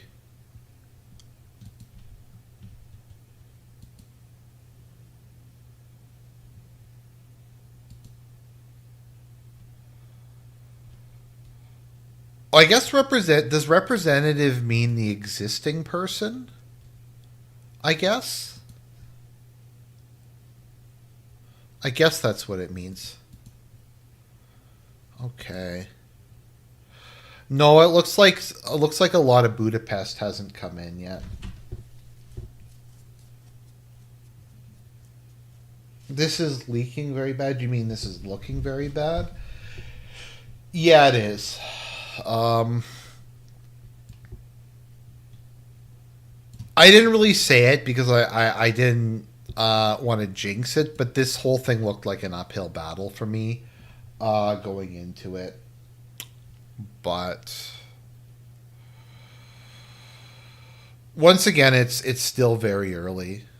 Maybe that sounds like a cope, but they've only counted 13% of the votes so far. So,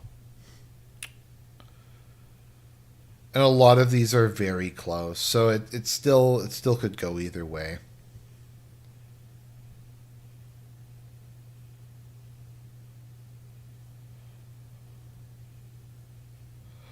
Hopefully those mail-in ballots will come in.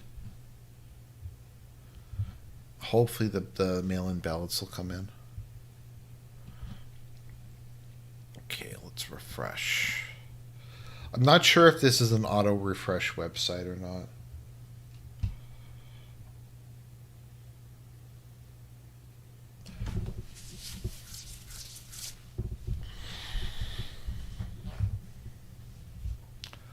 Okay, by vote. Oh, here we go. Okay. Wow, this website is way better than I thought. I was just too much of a boomer. Okay, so I don't know. There's a lot of constituencies where It's extremely close. Like if we look at like let's see here, 1, 2, 3, 4, 5, 6, 7, 8, 9, 10, 11.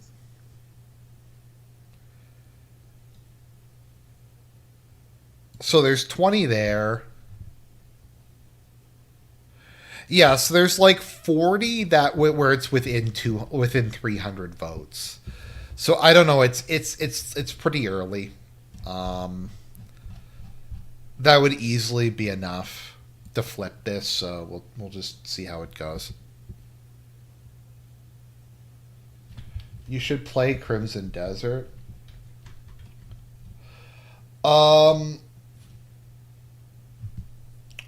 I don't know. It's I've heard Crimson Desert is hard and doesn't have a difficulty setting, so I wasn't super keen on playing it.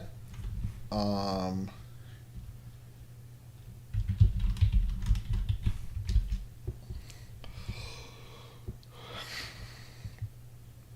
oh, they're adding in difficulty settings? Okay, if they're adding in difficulty settings, I might actually play it then. Like, I'm gonna be honest, I just suck at video games and I don't have the patience I used to, so having difficulty settings for hard games is good for me. Like a bunch of games I only played because they introduced them, like Lies of P and Kazan I would not have played without difficulty settings, which they put in, so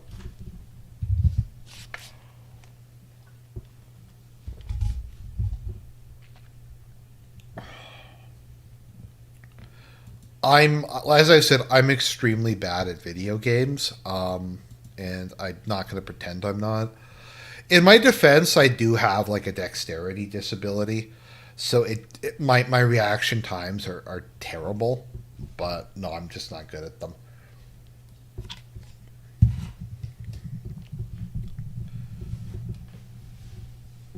I can beat the from. I can normally get through FromSoft games because you can. I just grind a lot, but yeah.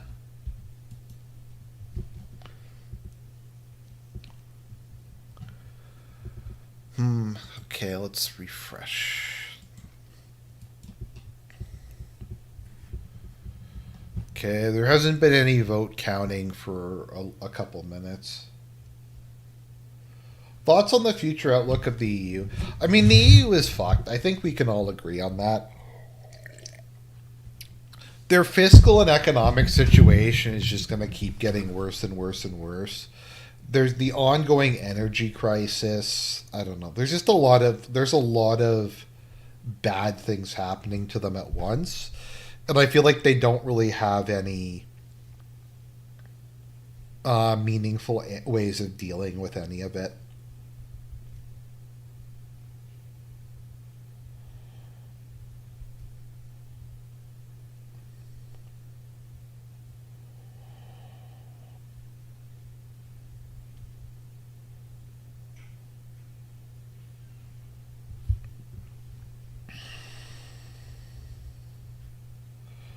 The Dawn.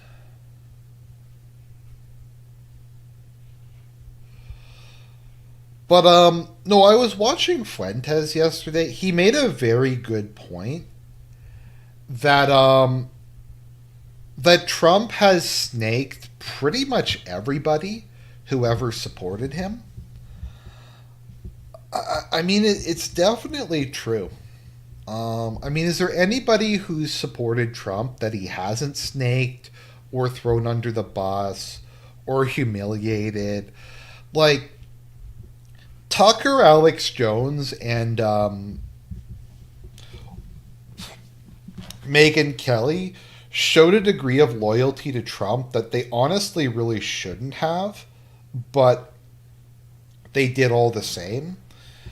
So, and he just completely like the first time it was convenient, just threw them under the bus and abandoned them. So, I mean, Trump snaked everybody. Um, it's really sad, actually. It's sad that his term is just gonna, I don't know, is just gonna go down in flames. Um, almost entirely because of his own ego and his own incompetence.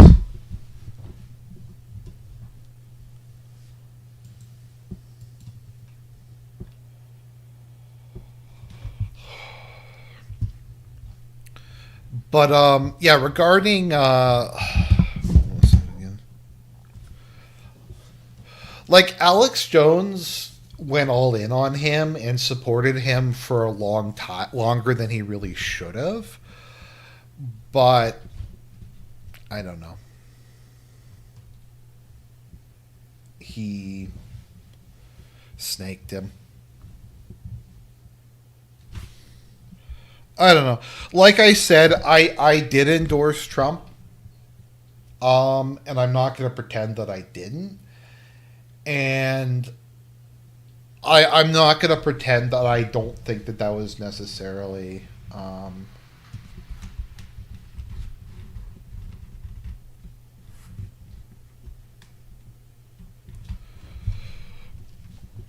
I still don't think that was. Oh, here we go. Okay, we had a big update. An irrational thing at the time. Okay, it's looking really bad. I don't know. Orban might be cooked.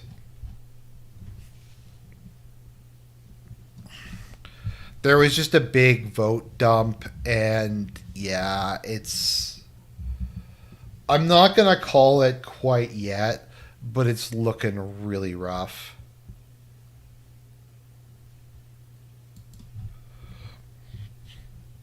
Oh.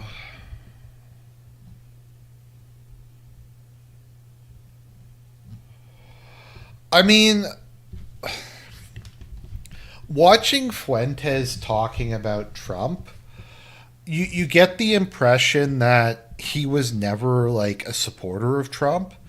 Like he's like Trump's always been bad, and I've always known he's been bad. And I'm like, but you were like a main figure of Stop the Steal. You were there on Jan 6th. Like, are we gonna pretend that you weren't like one of the big guys on MAGA, like one of the guys who got in at the ground level?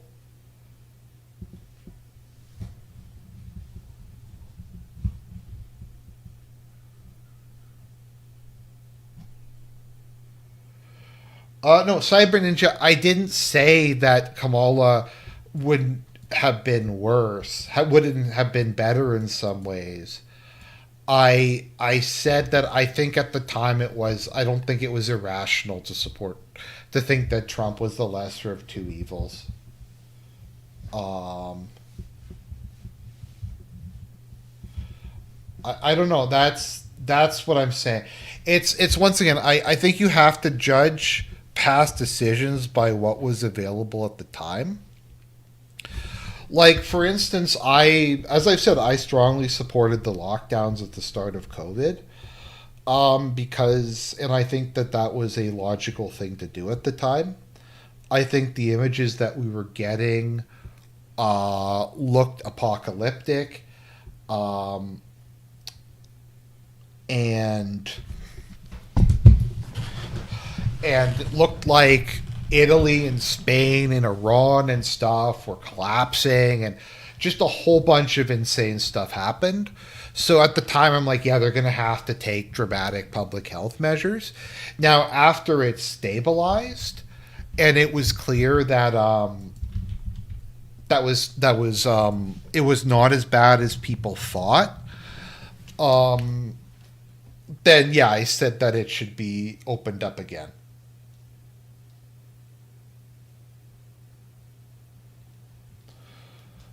But I don't think it was irrational in the first like couple months of COVID to support like the lockdowns and some of the more extreme measures because we just didn't know.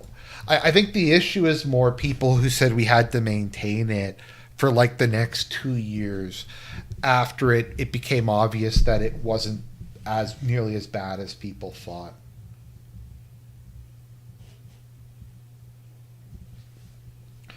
I don't know. I'm not necessarily trying to defend myself. Well no I kind of I'm just saying like things have to be in the context of what people thought at the time. Like this is true with a lot of stuff regarding the whole World War II narrative. Like a lot of Hitler's decisions made more sense at the time with the knowledge he was working off of than us doing armchair quarterbacking like 80 years later when we know how everything went. Tick did a good video about this where he was talking about like why the Tiger 2 was made and why stuff like the mouse was being considered and things like that. And basically, he was explaining that Hitler took a gamble that, or he thought that the Russians were going to keep building bigger tanks and move more towards heavy tanks as opposed to continue with the T-34. And he was wrong about it.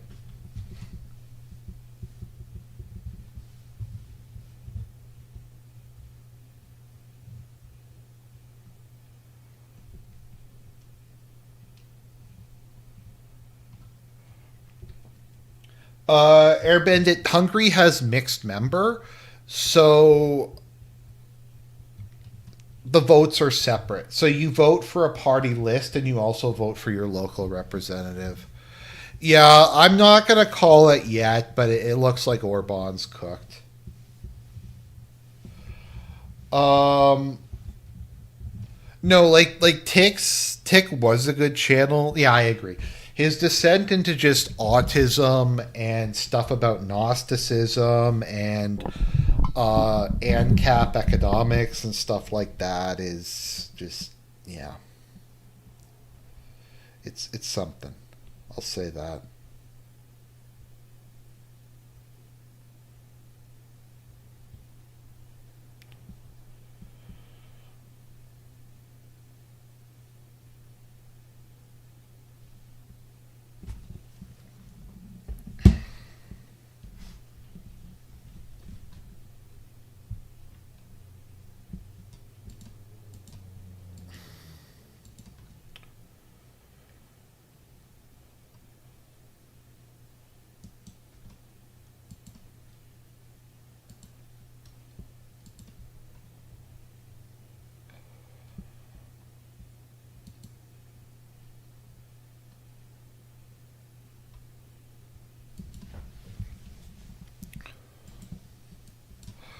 My point is people sometimes just gamble or they make the wrong call, but that doesn't mean the decision was crazy or irrational.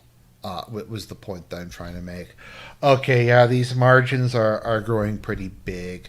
I'm gonna call it at maybe like 25%. I think.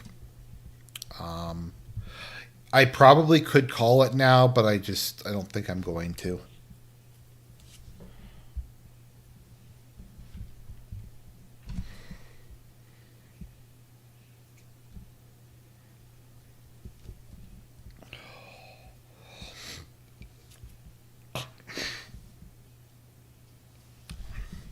Fidesz is leading with the list votes because they have fortified their um, have fortified their voting system in terms of mail-in ballots.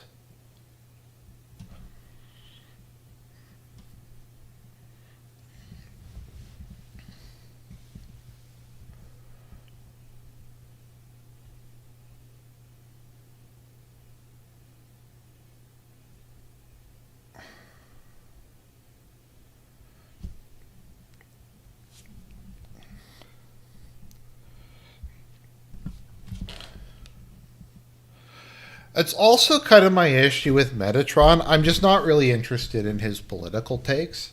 I like the guy. I'm just not really, like I said, I'm just not particularly interested in what Metatron's political takes are. I describe his political views as being heterosexual white male. So he's just kind of right leaning by nature of not being an Effler. So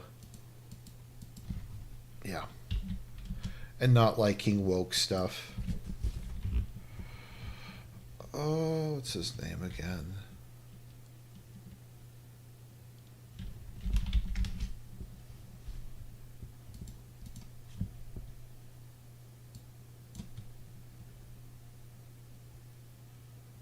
Oh, yeah, I hadn't realized Tick hadn't put anything up in like a year. Did he die or something?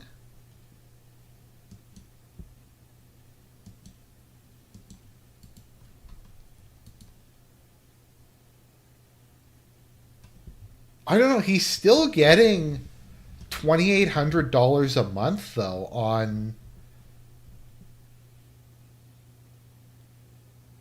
the big burnout update. Okay, so there is a post from last year. I can't read it though, so that makes it kind of difficult. Um, but yeah, he is getting $2,000, like $3,000 a month on Patreon, but he isn't making anything.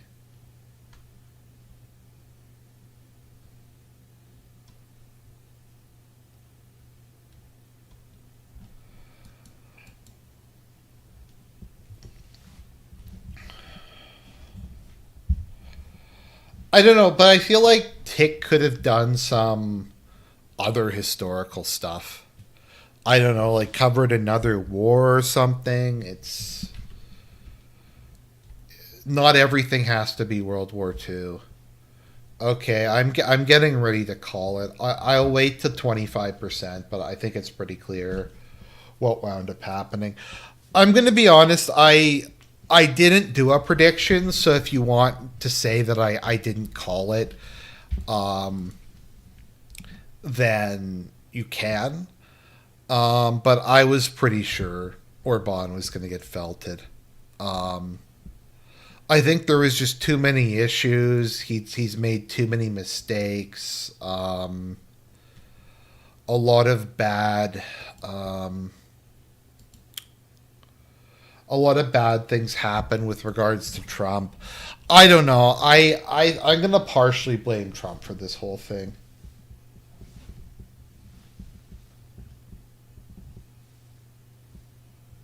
He just decided to stop making videos because it's stressful, and would rather be in um, a big IRL objectivist hug box. I think he just went a bit. I think he pushed the EU too far in terms of just how obstructionist he was. I think he could have just gone along to get along a bit more, and they wouldn't have.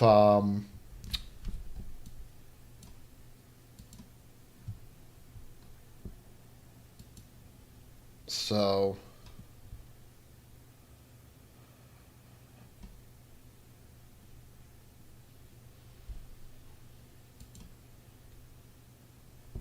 let's see here.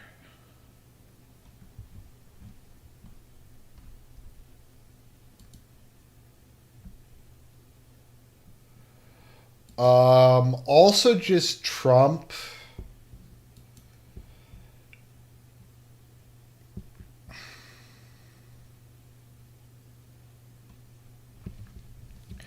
Just Trump's supporting him, but doing it in a very half-assed way, and Trump just being kind of a dumpster fire, and Orban being his friend in Europe, I think hurt him a lot. Um, People in the chat are saying that he was exceedingly corrupt. I don't know if that's true or not. Once again, being Canadian, it doesn't sound that bad to me. Um,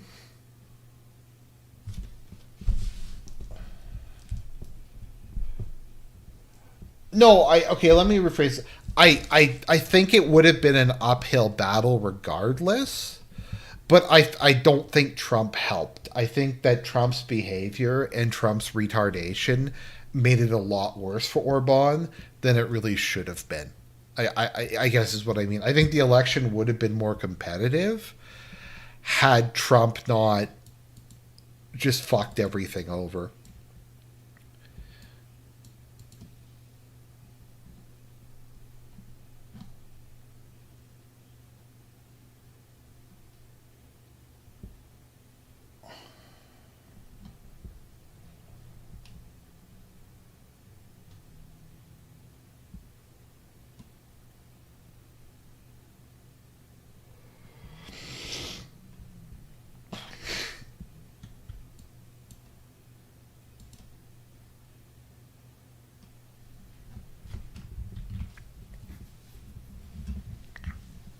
So like I said, I'm gonna call it at 25%. I guess the question now is if they're gonna get a super majority or not.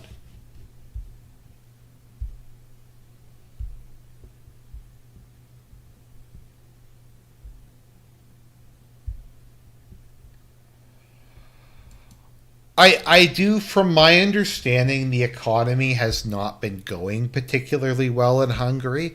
Now, some of that is the EU fucking with Hungary, which is definitely the case, and that's definitely a major problem.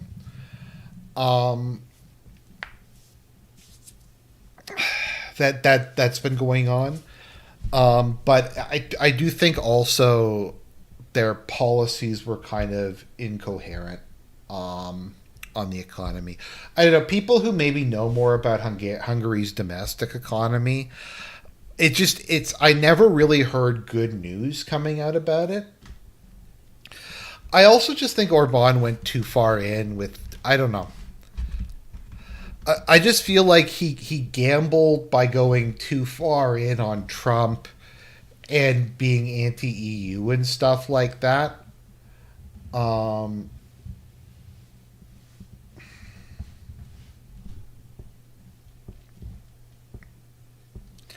and he gambled and he lost.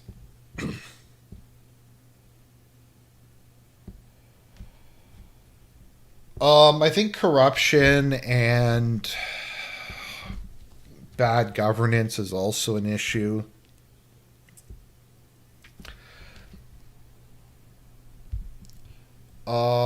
Magyar, yeah, as people are saying, Magyar campaigned to the right of him on immigration.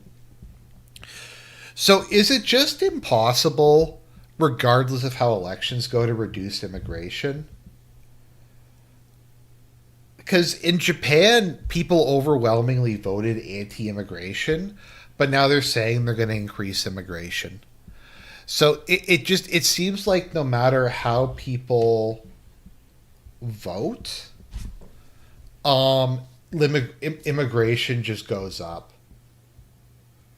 Um, what are the odds that Orban flees to Florida? Because that's like where all of Trump's friends who get taken out wind up going. Maybe he'll go to Florida and like plot his revenge or his return.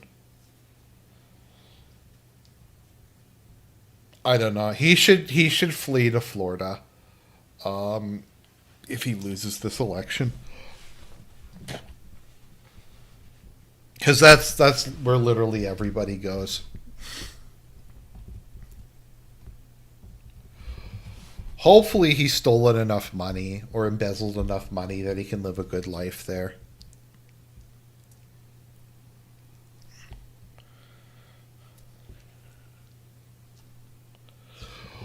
Okay, my new theory is just Orban's morbid obesity made him so gross, people just didn't vote for him because of that.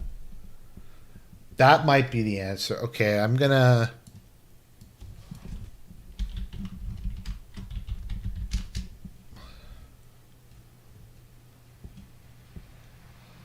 Like, Orban has put on a massive amount of weight. Like, he has a turbo gut. Maybe that's like the cause of it.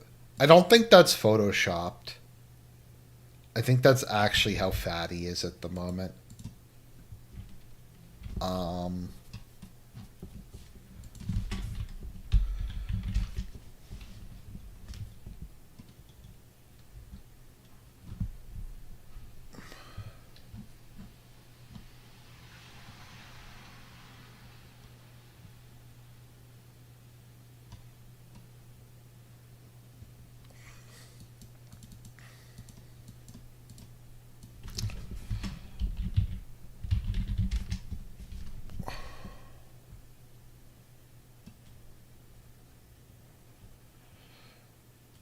yeah, they try to hide it, but yeah, yeah, it's rough, buddy. It's rough. They couldn't get him, like, he couldn't get some Ozempic or something. Like, fuck, dude. It's bad. I'm a fat fuck, but I'm not that fat.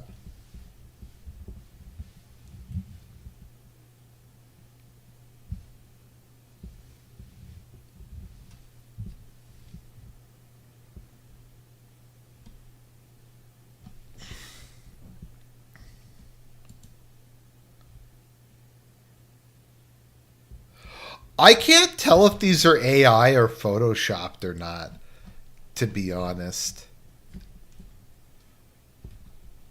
So, I don't know.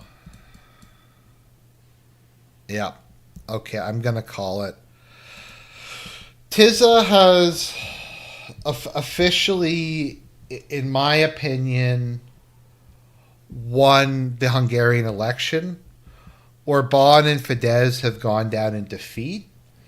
And it appears at the moment that the opposition will win a supermajority, which will allow them to make constitutional changes.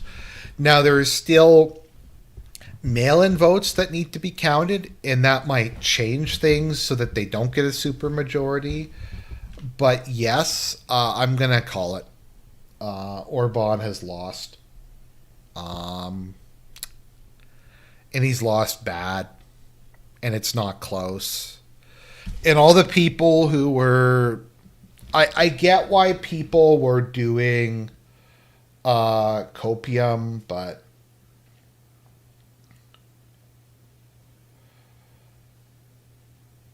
My understanding, though, is the U.S. did secure the border, and they are not taking refugees anymore, or refugees have massively been reduced. I don't know. The next guy on the list is Rupert Lowe.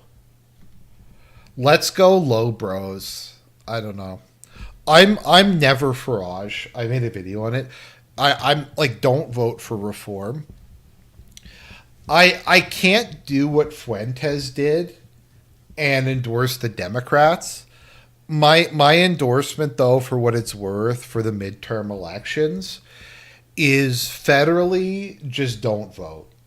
Like, if you have a good representative or you have a good senator, then do it. But if you have a shitty Republican, then just don't bother going out to vote. You might want to vote at a state level if like your state Republican Party is okay.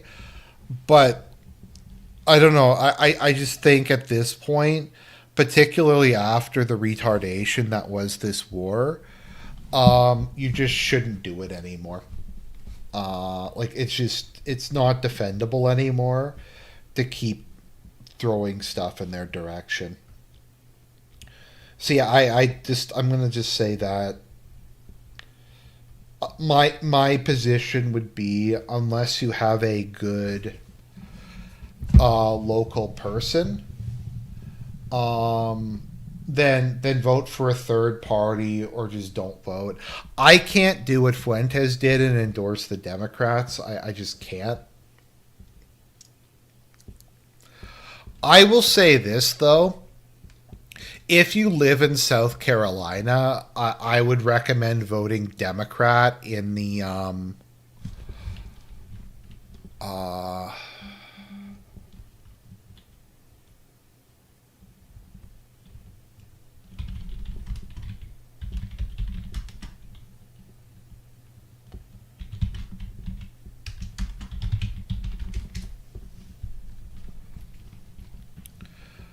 okay, I think, okay, if you live in South Carolina, I would endorse whoever's running against Lindsey Graham, because Lindsey Graham has to go, even if it costs even if it costs you the Republicans the Senate. Lindsey Graham has to like just be physically removed by any means necessary. So I would actually endorse whoever's running against him. I don't know if there's anyone else who's bad enough to justify voting Democrat, but in that case, I would. Honestly, I don't know who Vivek is running against in Ohio, but I just hate Vivek, and I'd almost vote against him I'd almost endorse whoever it is. Just I don't know. Who is he running against in the Ohio governor's race?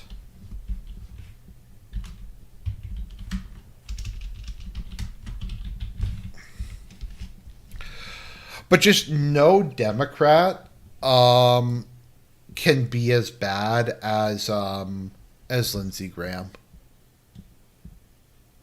Who is this? I don't know. Oh, she's Jewish. Fuck. Okay, so you have the Pajit versus the Jewish. Um.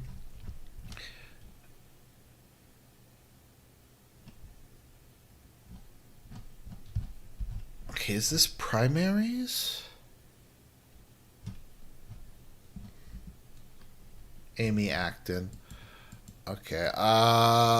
Maybe just don't vote. I don't know. I guess if you want to vote for Vivek, it's like one thing. But yeah. It looks like the polls were right. Um, I'm just going to avoid reading anything about this.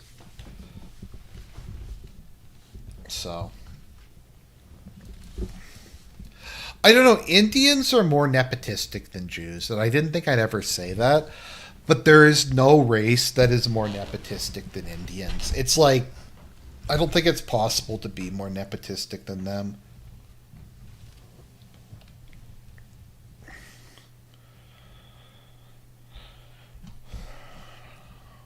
Okay, I'm just going to run to the bathroom. We'll be back in 1 second.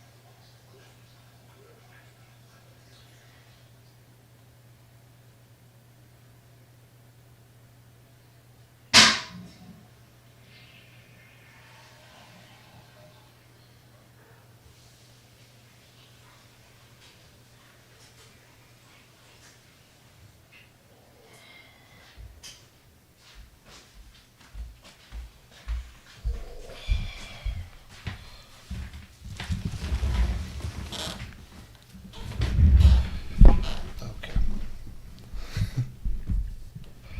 All right. Let's go. So, how is everybody's. Oh, okay. I didn't realize that my mic picked that up. I'm sorry. I will mute myself next time.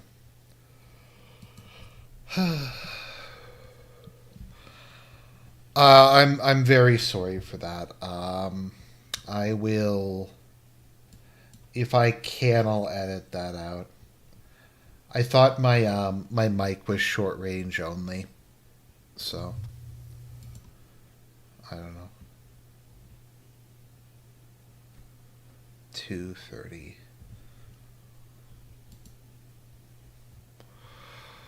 Oh, that's incredibly embarrassing. I apologize.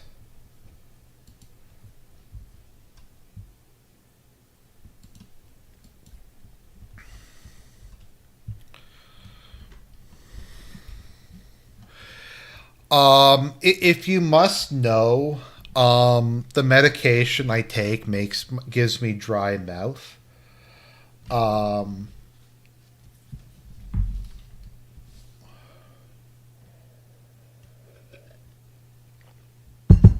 oh, okay. No, I just thought that my bathroom was enough away from my mic that it didn't pick it up. Um, just because my mic is very short range, but if that's the case, thank you for letting me know, and I'll mute in the future. That is, I don't know. I apologize. Um, my medication gives me dry mouth, so I just drink an absurd amount of water. Um, that is the case. Oh,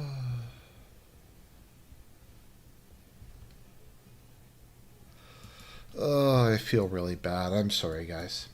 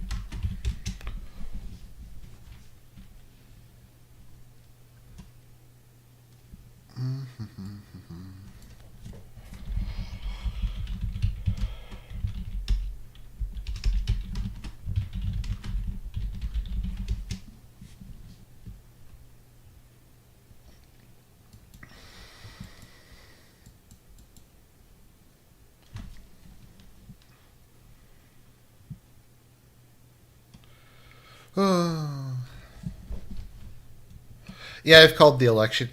Yeah, I drink like 4 liters of water a day, and I also drink a lot of coffee. So, yeah.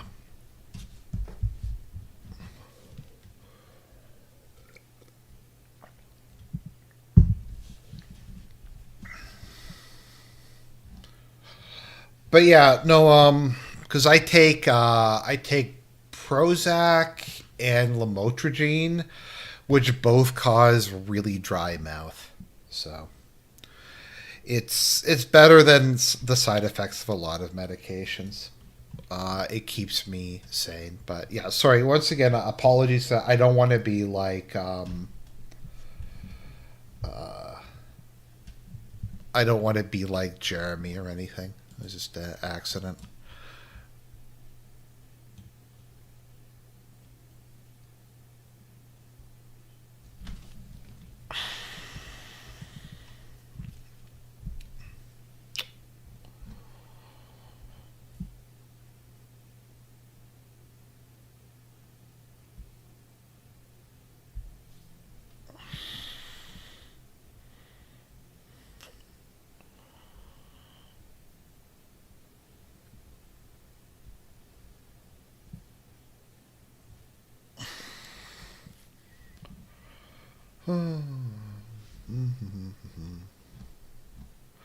So, how was everybody's weekend?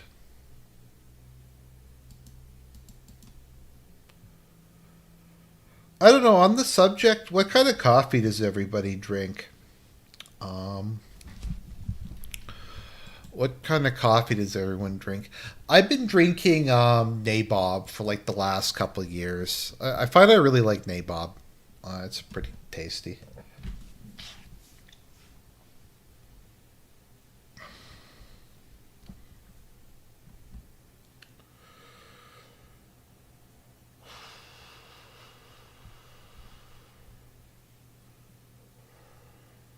I don't know. Orban needs to flee to Florida.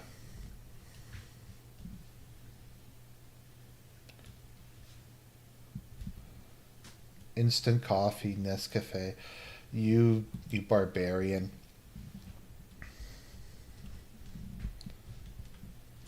You drink Tim Hortons?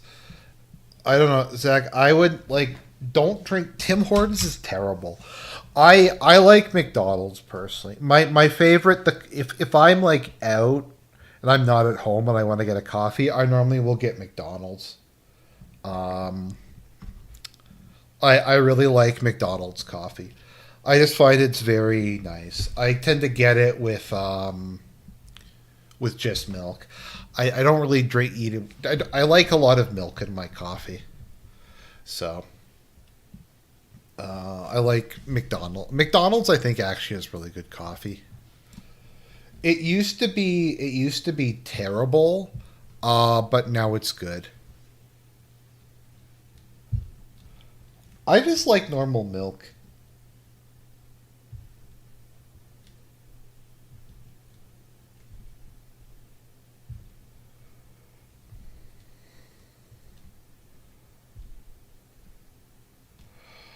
I'm a caffeine addict. I will confess to that. It's bad, but it is. I don't know. Pure black stuff just does that. So the quartering started banning people who asked how his weekend was, because he always does that when he doesn't have anything to say, which is a lot. So anybody who posts in the chat gets banned.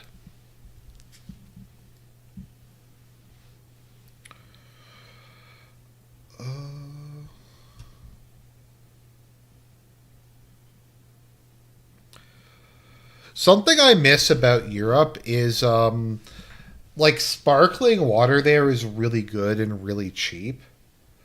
So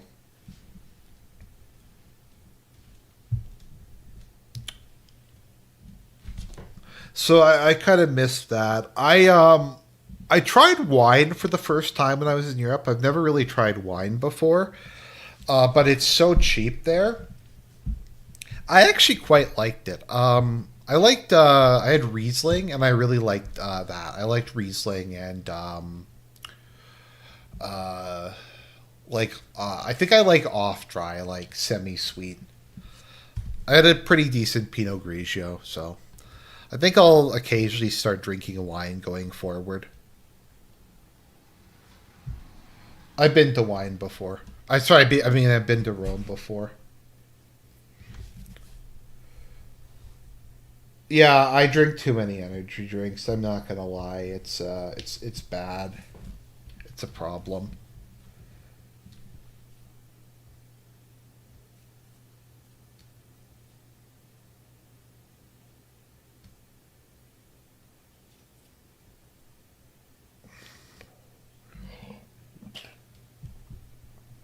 Would I buy casino brand coffee to stick it to Jer?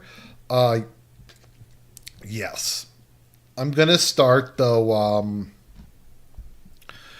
Cat food brand cat food for for Rain. Isn't that right, girl? Where is she, anyways? Oh, okay. She's just sitting on my couch. I don't know. She just likes to be by me. I've been I don't know, for whatever reason I've been playing a lot of like N64 emulated games on my Switch. And she's just a detractor because like when I'm trying to play, she tries to climb all over me and she's not very good at it. So she just kind of slips and she just kind of knocks my controller around and blocks me, and I've died a number of times because of it.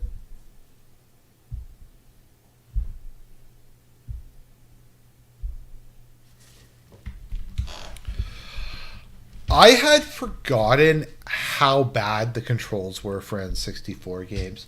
And it's too bad because some of them are really good. Like I've been playing Jet Force Gemini. Anyone here remember Jet Force Gemini? I never actually played it as a kid, but it's a really good game with the probably arguably the worst controls I've ever seen in a game of its quality. Like a lot of it is very solid, but aiming with an N64 controller is so shitty. um, that it's almost unplayable. Like, fortunately, the Switch version has save states. It's so hard with the controls that I have to basically just save state before every single like firefight, especially against aerial enemies, which are extremely difficult to deal with. Like the rest of the game is really good, but the controls are fucking atrocious. Same thing with Perfect Dark. At least Perfect Dark has auto aim. Jet Force Gemini doesn't have auto aim, or it has minimal auto aim. If it had lock on and auto aim, it would fix it. The worst part is the controls, the reticle recenters. Um, so that's a problem. Oh, I yesterday I finally beat Star Fox 64. I've never been able to actually beat it, but I was able to do it just abusing save states. Like, literally when I was going through bosses, just doing it like every 30 seconds or so. Once again, because I'm bad at video games and the controls are so terrible, I just found it extremely hard to hit anything. I think part of it is you're using a digital rather than an analog joystick, and it just is super sensitive, and there's no dead zone, and it's just miserable. It once again, it's sad because it is a good game. It's just really poorly designed.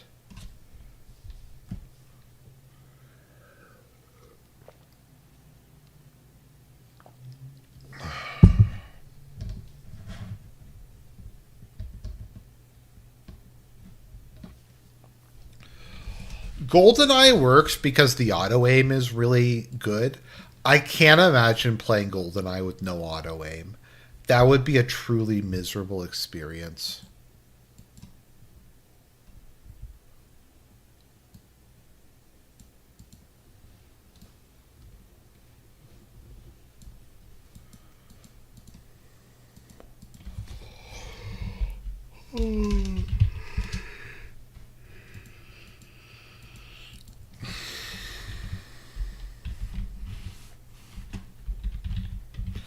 Let me see, how much is Celsius powder? Is it cheaper than buying the actual drinks? Not really. I guess a little cheaper, but not really enough to justify it.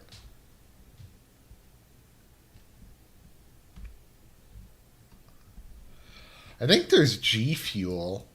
Has anyone here had G Fuel?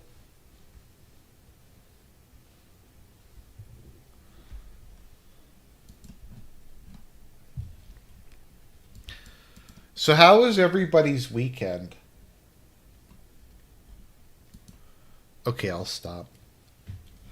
Yeah, Maker's gonna win a super majority. It's over. It's never been this over in the history of being over. Let me see. Does Costco have any?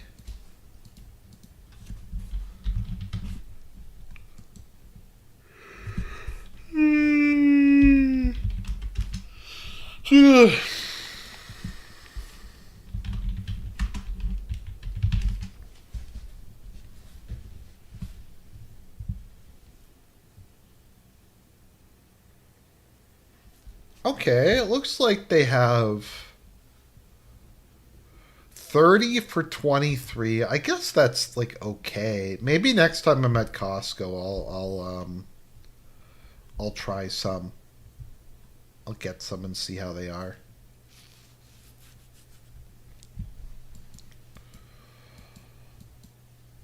I need to get do a grocery delivery from Costco anyways. So maybe I'll throw that in.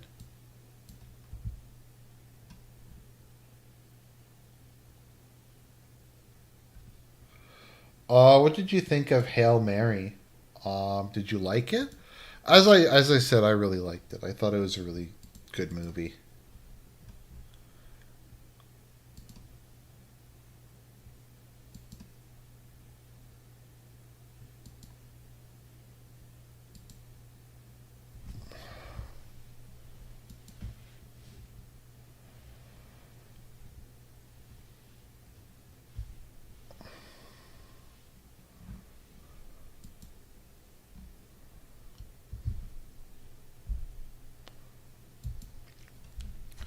Wonder if Kino Casino will do another video. We'll do another show tonight, just covering Quarter Pounder a bit more.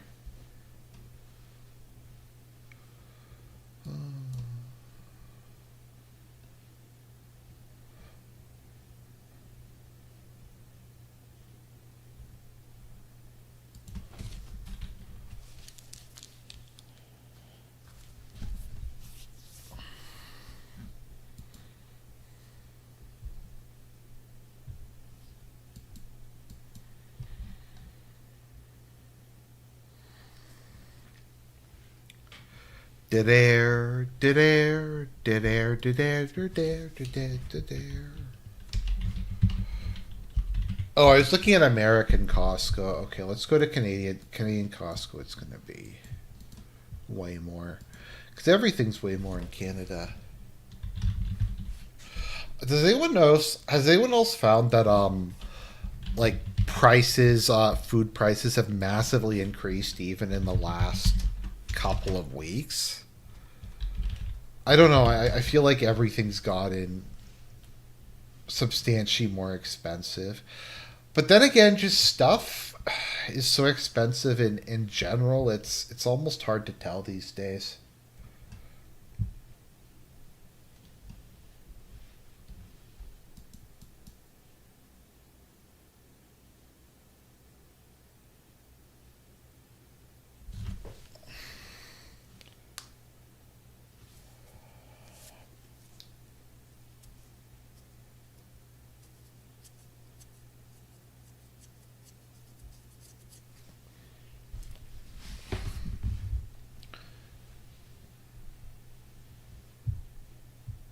Meat has gotten expensive. Yeah.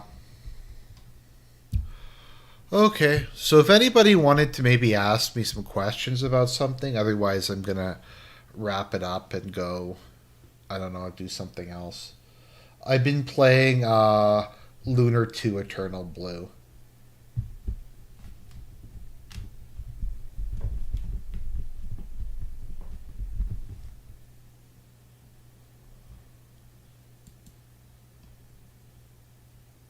Okay, I'll give it another couple minutes. So speak now or forever hold your peace.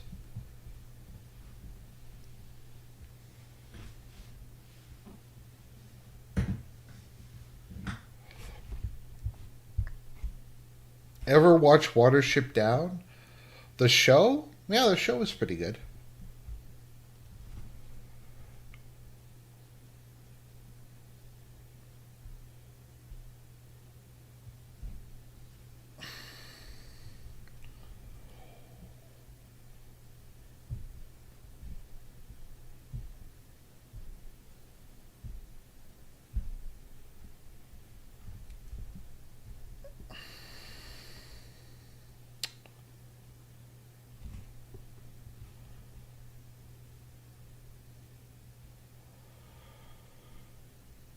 Okay, well, I'm gonna get out of. Would I go on Kino Casino again? Yeah, I don't think they'd ever invite me on again though. Just because of how big they are. If they wanted me to come on, I'd come on in an instant.